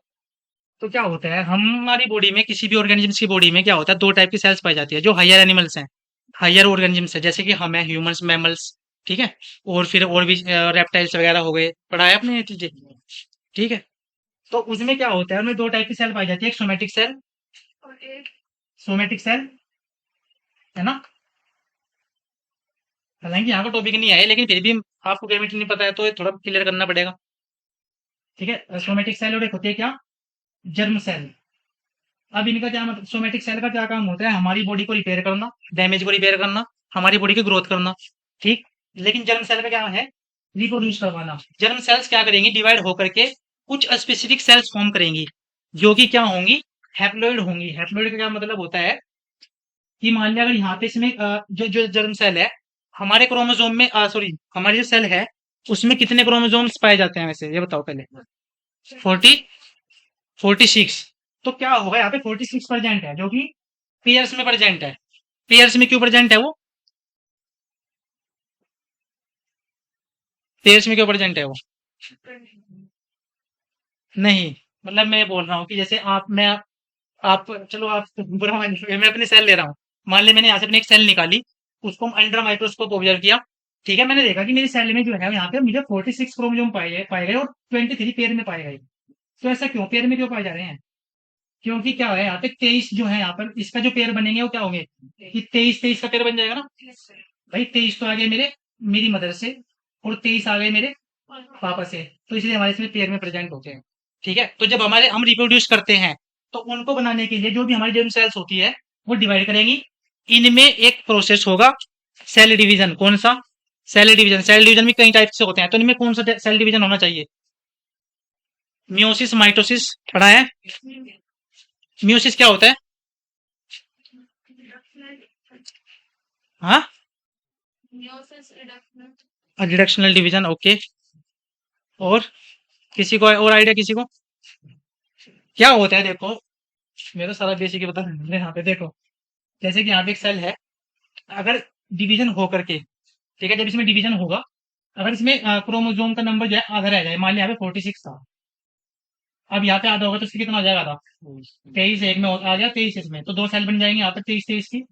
तो जब ऐसा होगा तो ये जो हैप्लॉइड कंडीशंस होगी जो हमारे मतलब ऑर्गेनिजम्स में, जो हमारी जर्म सेल जब डिवाइड करेंगी और जब दो सेल्स बनाएंगे और आधे आधे क्रोमोसोम्स में बट जाएंगी, तो उनको हम क्या बोलेंगे, ये हैप्लॉइड सेल्स बन गई हैं और ये क्या है, गैमीट है। इनको हम गैमीट बोलेंगे क्योंकि हमारी जर्म सेल से प्रोड्यूस हुए हैं, जर्म सेल के डिवीजन से बने हैं, तो चलो हम क्या बोलेंगे इनको, गैमीट बोलेंगे, ठीक है। अब यही गैमीट क्या होगा, जैसे कि यहाँ पे फीमेल ओवम होगा, एग्जाम्पल, फीमेल ओवम होगा, वो भी क्या होगा, ऐसे इसमें हैप्लॉइड होगा, 23 क्रोमोसोम्स होंगे। ऐसे ही मेल स्पर्म होगा, उसमें 23 क्रोमोसोम्स होंगे। जब वे आपस में मिलेंगे तो फ्यूजन होगा, क्या बोलेंगे हम उसको, गैमीट का फ्यूजन होगा, ठीक। जाइगोट बनेगा और फिर सेल उसमें डिवाइड होकर के पूरा इंडिविजुअल बन जाएगा। ये क्या हो जाएगा हमारा, ये हम किसमें पढ़ रहे हैं, जर्म सेल तो पढ़, अरे जर्म सेल तो पढ़ रहे हैं हम, क्या पढ़ रहे हैं यहाँ पे, सेक्सुअल रिप्रोडक्शन। यानी कि उसमें क्या क्या पाया जाएगा, इसमें सेक्सुअल रिप्रोडक्शन में क्या क्या लिखा है आपने इसमें, क्या क्या लिखा है इसमें, गैमीट फॉर्मेशन, ठीक है, गैमीट का फ्यूजन। मुझे लगा सर के ऊपर नहीं जा रहा है, ज्यादा कॉम्प्लेक्स कर दिया मैंने। क्लियर है ना, सबको समझ आ रहा है ना क्या बोल रहा हूँ मैं? अगर समझ में नहीं आ रहा है ना पूछ लेना, मैं सिंपल तरीके से बात वो कर कोशिश करूंगा कि एक्सप्लेन कर सकूं। ठीक है, तो देखो सेक्सुअल रिप्रोडक्शन में गैमीट फॉर्म होगा, गैमीट फॉर्म होंगे, ठीक, में आपस में फ्यूज करेंगे, यानी कि हम इनको बोल सकते हैं गैमीट फ्यूजन होंगे, गैमीट फ्यूजन होगा, ठीक है। जाइगोट फॉर्मेशन होगा, जाइगोट फॉर्मेशन होगा, मैं यहाँ पे शॉर्ट में लिख रहा हूँ, ठीक है। और इसी से क्योंकि यहाँ पे ये हो रहा है, मतलब कि दो गैमेट्स मिल रहे हैं, और फिर सेल डिवीजन के थ्रू, सेल डिवीजन के थ्रू क्या होगा, इनमें इनमें वेरिएशंस आएंगी, टाइम के साथ साथ इनमें वेरिएशंस आएंगी, ठीक है। तो सेक्सुअल रिप्रोडक्शन में वेरिएशंस आएंगी, और वेरिएशंस की वजह से ही क्या होता है, इवोल्यूशन होता है। इवोल्यूशन पढ़ा है, क्या होता है इवोल्यूशन? क्या होता है इवोल्यूशन? इवोल्यूशन है कि कोई भी, मतलब जैसे हम अभी भी हम इंडिविजुअल है, पहले हम कभी मतलब हमारे एंसेस्टर जो थे, हमारे जो एंसेस्टर थे, वे किसी और टाइप के थे, वो थोड़े और अलग तरीके के दिखते थे, लेकिन टाइम के साथ साथ क्या हुआ, उनमें चेंज होता चला गया। तो यही एक इवोल्यूशन है, मतलब एक कंटिन्यूअस, हम बोल सकते हैं डिसकंटिन्यूअस कंटिन्यूअस चेंज है, ठीक है, जो टाइम के साथ साथ होता जा रहा है, उसको हम क्या बोलते हैं, इवोल्यूशन बोलते हैं। तो सेक्सुअल रिप्रोडक्शन में क्या होता है, गैमेट फ्यूजन होता है, गैमेट का फ्यूजन होता है, ठीक है, इसी वजह से वेरिएशन आता है, इंडिविजुअल में वेरिएशन आता है। मतलब आप अगर अपने पेरेंट्स से डिफरेंट दिख रहे हैं, तो ये क्या है, चेंजेज है, वेरिएशन है, ठीक है। तो इससे ये किसमें आता है, सेक्सुअल रिप्रोडक्शन में, और यही ये आगे इवोल्यूशन को बढ़ावा देता है, इवोल्यूशन होता है। यहाँ तक हमने बात की सेक्सुअल रिप्रोडक्शन की, ठीक। हम सेक्सुअल रिप्रोडक्शन के बारे में इतना ही पढ़ेंगे, क्योंकि ये आगे चल करके हम ट्वेल्थ क्लास में है सेक्सुअल रिप्रोडक्शन ह्यूमन का, उसे हम अच्छे तरीके से पढ़ते हैं, ठीक है। अब हम बात करते हैं एसेक्सुअल रिप्रोडक्शन की। इसमें क्या होता है, अभी बताया था थोड़ी देर पहले, पीछे की है, आ जाओ अब तो। इसमें कोई गैमेट फॉर्मेशन नहीं होगा, ठीक है, तो हम क्या बोलेंगे, नो गैमेट फॉर्मेशन,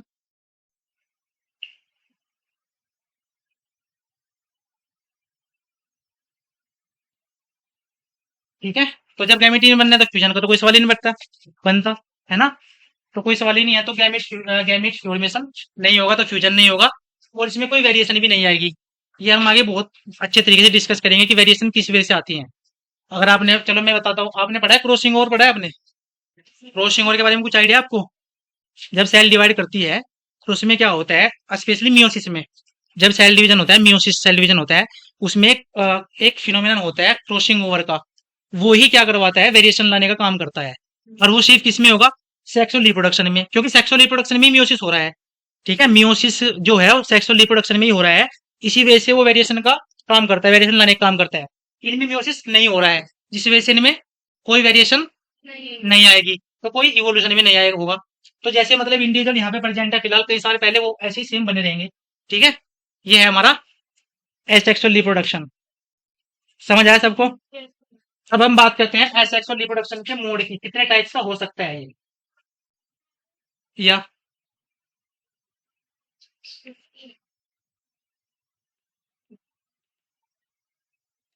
तो हम देखते हैं यहाँ पे मोड ऑफ, लिख भी रहे हो ना साथ साथ, नोट्स चेक करूंगा मैं सबके, क्योंकि मैंने बोला है यही सब कुछ आएगा, अगर आपने ये अच्छे से कर लिया, तो इसी में से आपके बहुत सारे क्वेश्चन बन जाएंगे, ठीक है।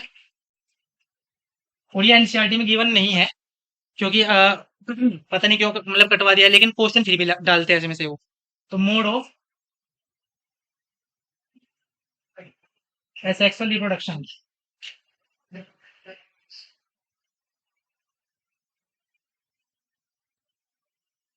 अब इसमें कई तरीके से कई तरीके के मोड पाए जाते हैं, मोड का मतलब है कई तरीके के टाइप्स पाए जाते हैं, एसेक्सुअल जो रिप्रोडक्शन है वो कई अलग अलग तरीकों से हो सकता है, ठीक है, जिसमें से एक सबसे पहला आता है हमारा, सबसे पहले भी नहीं बोल सकते हम, ये बोल सकते हैं कि जैसे कि हम सबसे पहले डिस्कस करते हैं बडिंग, पढ़ा है आज तक कुछ इसके बारे में? हाँ, इस्ट में होता है। बडिंग का मतलब क्या है, मैंने पूछा है, एग्जाम्पल नहीं, तुम एग्जाम्पल क्यों देते हो, बड़ी डेफिनेशन नाम की कोई चीज है नहीं तुम्हारी लाइफ में, एग्जाम्पल। तो बडिंग जो होता है वो क्या होता है, अच्छा, यीस्ट जो है वो एक यूकैरियोटिक सेल है, प्रोकैरियोटिक सेल है? यीस्ट। चलो खैर, मैं अब ज्यादा नहीं बताऊंगा यहाँ पे। हम आगे सेल वाला चैप्टर डिस्कस करेंगे ही, उसमें अच्छे से डिस्कस करेंगे कि आज यूकैरियोट क्या प्रोकैरियोट। तो जो यीस्ट यीस्ट होता है यहाँ पे, यीस्ट, ये यीस्ट में पाया जाता है। बडिंग जो होती है वो यीस्ट में पाया जाता है। और साथ ही साथ एक आपने अगर पढ़ा हो, एनिमल किंगडम तो आपने पढ़ लिया है ना? हाइड्रा पढ़ा है, हाइड्रा। तो हाइड्रा में भी क्या होता है, बडिंग के थ्रू क्या होता है, रिप्रोडक्शन होता है। ठीक है, मतलब हाइड्रा में एसेक्सुअल रिप्रोडक्शन होता है, जिसको हम क्या बोलते हैं, बडिंग। ठीक है, तो इसमें हाइड्रा जो यीस्ट है वो एक यूकैरियोटिक सेल होती है। ठीक है, और हाइड्रा भी ऐसी हमारा यूकैरियोटिक सेल है, मतलब ऑर्गेनिज्म है। ठीक, ये सिंगल सेल्ड है, यूनिसेलुलर है, अकेला एक। अच्छा मुझे बताओ, यीस्ट कौन सा ऑर्गेनिज्म है? प्लांट, फंजाई, एनिमल या एल्गी? क्या है? फंजाई। ठीक है, तो यीस्ट क्या होता है, यूनिसेलुलर फंजाई होता है। ठीक, और हाइड्रा क्या है, एक सिलेंट्रेट है। और एनिमल का एक ऐसा इनवर्टिब्रेट है ये। सिंपल सी बात है, एनिमल में भी इनवर्टिब्रेट इनवर्टिब्रेट ऑर्गेनिज्म एनिमल है ये। ठीक, तो इनमें क्या होता है, ऐसे होता है इनमें कि जैसे कि मैं यीस्ट का एग्जांपल ले रहा हूँ यहाँ पर। ये मैंने इसकी एक ऐसी बॉडी बनाई, एक सेल बना दी मैंने। क्या होगा यहाँ पे, टाइम के साथ साथ, कुछ टाइम के साथ साथ यहाँ पे कुछ स्वेलिंग होगी। ठीक, मतलब इसमें क्या होगा, ऐसे आउट ग्रोथ हो जाएगी, ऐसे कुछ आउट ग्रोथ हो जाएगी। ठीक है, टाइम के साथ साथ जब इसे रिप्रोड्यूस करना हो, मतलब जब इसके पास अच्छा खाना पीना है, तो ये क्या करेगा, अपना नंबर बढ़ाएगा, सिंपल सी बात। ठीक, तो यहाँ पे क्या होगा, इसमें कुछ ऐसे आउट ग्रोथ हो जाएगी। एक टाइम पे क्या होगा, ये जो आउट ग्रोथ है, ठीक है, मतलब यहाँ पे एक बड़ बन गई, बड़े बोल देंगे उसको, जिसको हम बोल सकते हैं कली। प्लांट में आपने देखा होगा ना, कली निकल जाती है, एक कली से पूरा फ्लावर निकल बन जाता है। तो इसी तरीके से मान के चल लो, यहाँ पे एक बड़ बन गई, एक कली बन गई, जो आगे चल करके जब ये टूट जाएगी, इसमें से अलग हो जाएगी। ठीक है, यहाँ पे एक स्मॉल पार्ट है, यहाँ पे ये अलग हो गया। जब फेवरेबल कंडीशन आएगी, फेवरेबल कंडीशन क्या मतलब है, जब इसे खाना पीना मिल जाएगा, अच्छे से पानी मिल जाएगा। ठीक, ये क्या करेगा, ग्रोथ कर जाएगा और नया लिस्ट फॉर्म कर देगा, नई सेल बना देगा। क्या समझ आया इससे? यहाँ पे एक यूनिसेलर ऑर्गेनिज्म था, जिसको हम क्या बोल रहे हैं, यीस्ट। उसी ने बडिंग के थ्रू अपने जैसा ही एक एनिमल बना लिया, दूसरा बना दिया। तो क्या इसने रिप्रोडक्शन किया, नहीं किया? क्या इसने अपनी जैसी कॉपी बना दी, नहीं बना दी? किस प्रोसेस के थ्रू बनाई? बडिंग के थ्रू बनाई, जो कि एक एसेक्सुअल का टाइप है। ठीक है, तो मोड ऑफ एसेक्सुअल रिप्रोडक्शन में हमने बडिंग पढ़ा। बडिंग के एग्जांपल यहाँ पे क्वेश्चन आता है, इसमें से क्वेश्चन आ जाएगा स्टेटमेंट बेस्ड कि which organism is so sorry can be so budding. तो ऐसे एग्जाम क्वेश्चन आ जाएगा, और आपको फिर, अगर आपको ये एग्जाम्पल ही याद नहीं होंगे, तो फिर देखते रहना कि यार क्या था, कौन सा ऑर्गेनिज्म बताया सर ने, ये वो। ठीक है, अच्छे से याद कर लेना और लिख लेना, साथ साथ नोट्स में नोट्स बनाओ। तो हमने यहाँ पे पढ़ा बडिंग। अब दूसरी हम बात करते हैं यहाँ पे, रीजनरेशन।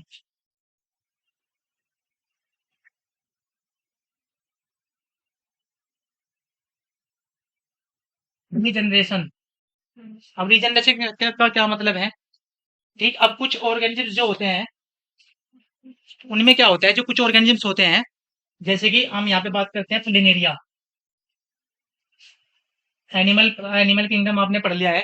प्लेनेरिया किस किस किंगडम से बिलोंग करता है? किससे?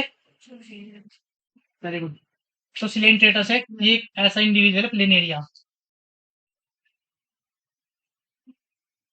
इसमें क्या होता है कि इसका, मतलब इसकी ये इसकी बॉडी है, इसका कहीं से भी, कि कोई भी पार्ट अगर आप काट दोगे, वही नया इंडिविजुअल फॉर्म कर लेगा। ठीक है, मान लिया मैंने यहाँ से इसको काट दिया।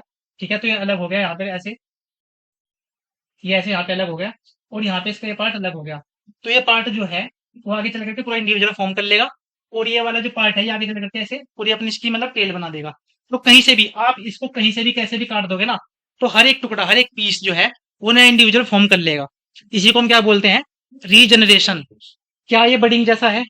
नहीं, क्योंकि बडिंग में क्या था, एक पूरा आउट बाहर से कोई ग्रोथ हो रही थी, बाद में वो क्या हुई, उससे अलग हो गई, सेपरेट हो गई, और फेवरेबल कंडीशन आने पर ग्रो कर गई। क्या इसमें ऐसा लग रहा है? नहीं। तो इसको हम बोलते हैं कि अगर किसी भी ऑर्गेनिज्म का पार्ट, मतलब अगर हम सिंपल रीजनरेशन की डेफिनेशन दे, तो रीजनरेशन का क्या मतलब होता है कि कोई भी ऑर्गेनिज्म, अगर उसका कोई भी पार्ट कट जाए, लॉस्ट हो जाए, और वो ऑर्गेनिज्म उसको रिकवर कर ले, ठीक है, दोबारा मतलब उसका फॉर्मेशन कर ले, उसको हम क्या बोलते हैं, रीजनरेशन। तो यहाँ पे किस में पाया जाता है, प्लेन एरिया में। ठीक है, याद रखना है ये, मतलब इसी से यहीं से क्वेश्चन आएगा। तो एक हमारा मोड ऑफ रिप्रोडक्शन क्या हो गया, दूसरा एसेक्सुअल रिप्रोडक्शन का मोड क्या हो गया हमारा? रीजनरेशन। First budding. बडिंग का एग्जांपल? और इसका रीजनरेशन का? प्लेनेरिया। ठीक है। इसके बाद फ्रेगमेंटेशन। अब नाम से कुछ समझ में आ रहा है क्या है इसका मतलब? हम्म। फ्रेगमेंट्स में टूटना। फ्रेगमेंट्स और सेगमेंट में क्या फर्क है? सेम ही है। देखो क्या होता है, कुछ ऑर्गेनिजम्स जो होते हैं, कुछ और लिविंग ऑर्गेनिजम्स की बॉडी जो होती है ऐसे फिलामेंटस होती है। ठीक है। देखो ऐसे एक फिलामेंटस स्ट्रक्चर होती है जिसमें क्या होता है, ऐसे सेल्स पाई जाती हैं। ठीक है, कोलोमनार सेल्स पाई जाती हैं ऐसे। ये बात क्यों हो रही है? अच्छा ठीक। तो यहाँ पे मैंने क्या बनाया, एक ऑर्गेनिज्म बनाया है कोई भी। ठीक है। ये एक ऑर्गेनिज्म है जिसकी स्ट्रक्चर कैसी है? फिलामेंटस। फिलामेंट की जैसी है, मतलब एक धागे जैसी है। ठीक है। जिसमें यहाँ पे सेल्स प्रेजेंट होती है। तो इसमें क्या होता है कि अगर ये एक पर्टिकुलर एक यूनिट होती है इसकी, जैसे एक सेल है ना यहाँ से, और ये सेल, इस सेल को मैं अलग कर दूं, इस सेल को स्पेशल अलग कर देता हूं मैं, तो एक ये सेल जो होती है आगे चल करके ऐसे ही पूरा इंडिविजुअल फॉर्म कर लेती है। ठीक है। ऐसे ही ये वाली भी, अगर मैं इसको वो कर दूंगा तब भी। लेकिन जैसे यहाँ पे लास्ट वाली सेल है, ये आधी आधी बटी हुई है, हाफ है। अगर इसको मैं अलग कर दूंगा तो ये डिवाइड नहीं करेगी। मतलब ये क्या होगी, ये अलग इंडिविजुअल, ये इंडिविजुअल का फॉर्म नहीं करेगी। यही रीजनरेशन में और फ्रेगमेंटेशन में फर्क है। मतलब यहाँ पे रीजनरेशन में आप कितना भी पार्ट, छोटे से छोटा, कितना भी बड़े से बड़ा पार्ट काट दोगे, ठीक है, अलग कर दोगे, वही एक नया इंडिविजुअल फॉर्म कर लेगा। लेकिन जो फिलामेंटस ऑर्गेनिजम्स होते हैं, उनमें एक स्पेसिफिक यूनिट चाहती है कि अगर एक स्पेसिफिक ऐसी यूनिट होगी, अगर वो काट दी जाए तो वही डिवाइड कर पाएगी। अगर यहाँ पे मैंने इसको अलग कर दिया ना, इतने पार्ट को, तो ये आगे चल करके इंडिविजुअल फॉर्मेशन नहीं करेगा। ठीक है। समझ आया? रीजनरेशन में और फ्रेगमेंटेशन में फर्क समझ में आएगा? मतलब हमने यहाँ पे इसको फ्रेगमेंटेड कर दिया, तोड़ दिया हमने इसको, फ्रेगमेंट्स में तोड़े, छोटे छोटे टुकड़े में तोड़ दिया। लेकिन वे टुकड़े जो हैं स्पेसिफिक साइज के हैं। ठीक है, स्पेसिफिक साइज के हैं।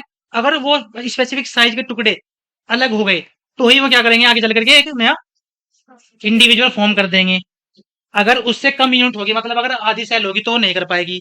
रीजनरेशन में ऐसा नहीं है। रीजनरेशन में क्या है, कितना भी छोटा टुकड़ा कर दीजिए, कितना भी बड़ा टुकड़ा कर दीजिए, वहां पे ऐसा फिक्स नहीं है कि भाई नहीं, मैं तो यहाँ से इसकी हेड सेल ही लूंगा, हेड सेल ही लूंगा तभी मैं इंडिविजुअल फॉर्म कर सकता हूँ। नहीं, कहीं से भी काट दीजिए, वही छोटा टुकड़ा जो है डिवाइड करके आगे चल करके एक पूरा प्लेन एरिया फॉर्म कर देगा। सिंपल। समझ आ रहा है ना क्या बोल रहा हूँ मैं? बोर तो नहीं हुए? फिर मैं आगे कंटिन्यू करता हूँ, वरना सर ये बोल रहे थे कि आधा घंटा पढ़ा दो, बस आधा घंटा हो गया है पढ़ने के इच्छुक हो। थक गए? अच्छा, गर्मी भी हो रही है ना, दिमाग भी गर्म हो गया तुम्हारा। तो आज की क्लास कैसी रही, सबको समझ आया ना? कल मैं नोट्स चेक करूंगा, जिसने भी अगर नहीं बनाया होगा फिर बताऊंगा मैं इसको कि कैसे पढ़ाई होती है। ठीक है।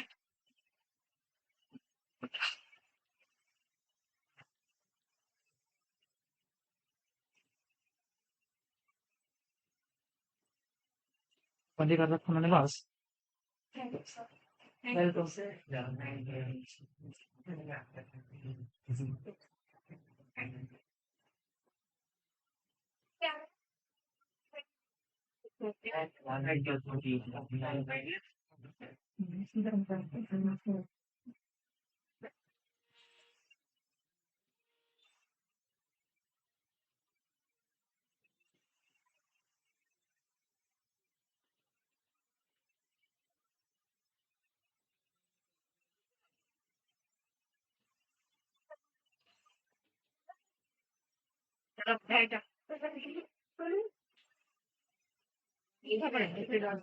क्या तो बनाया तुमने?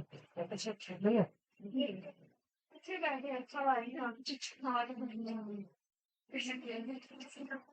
वही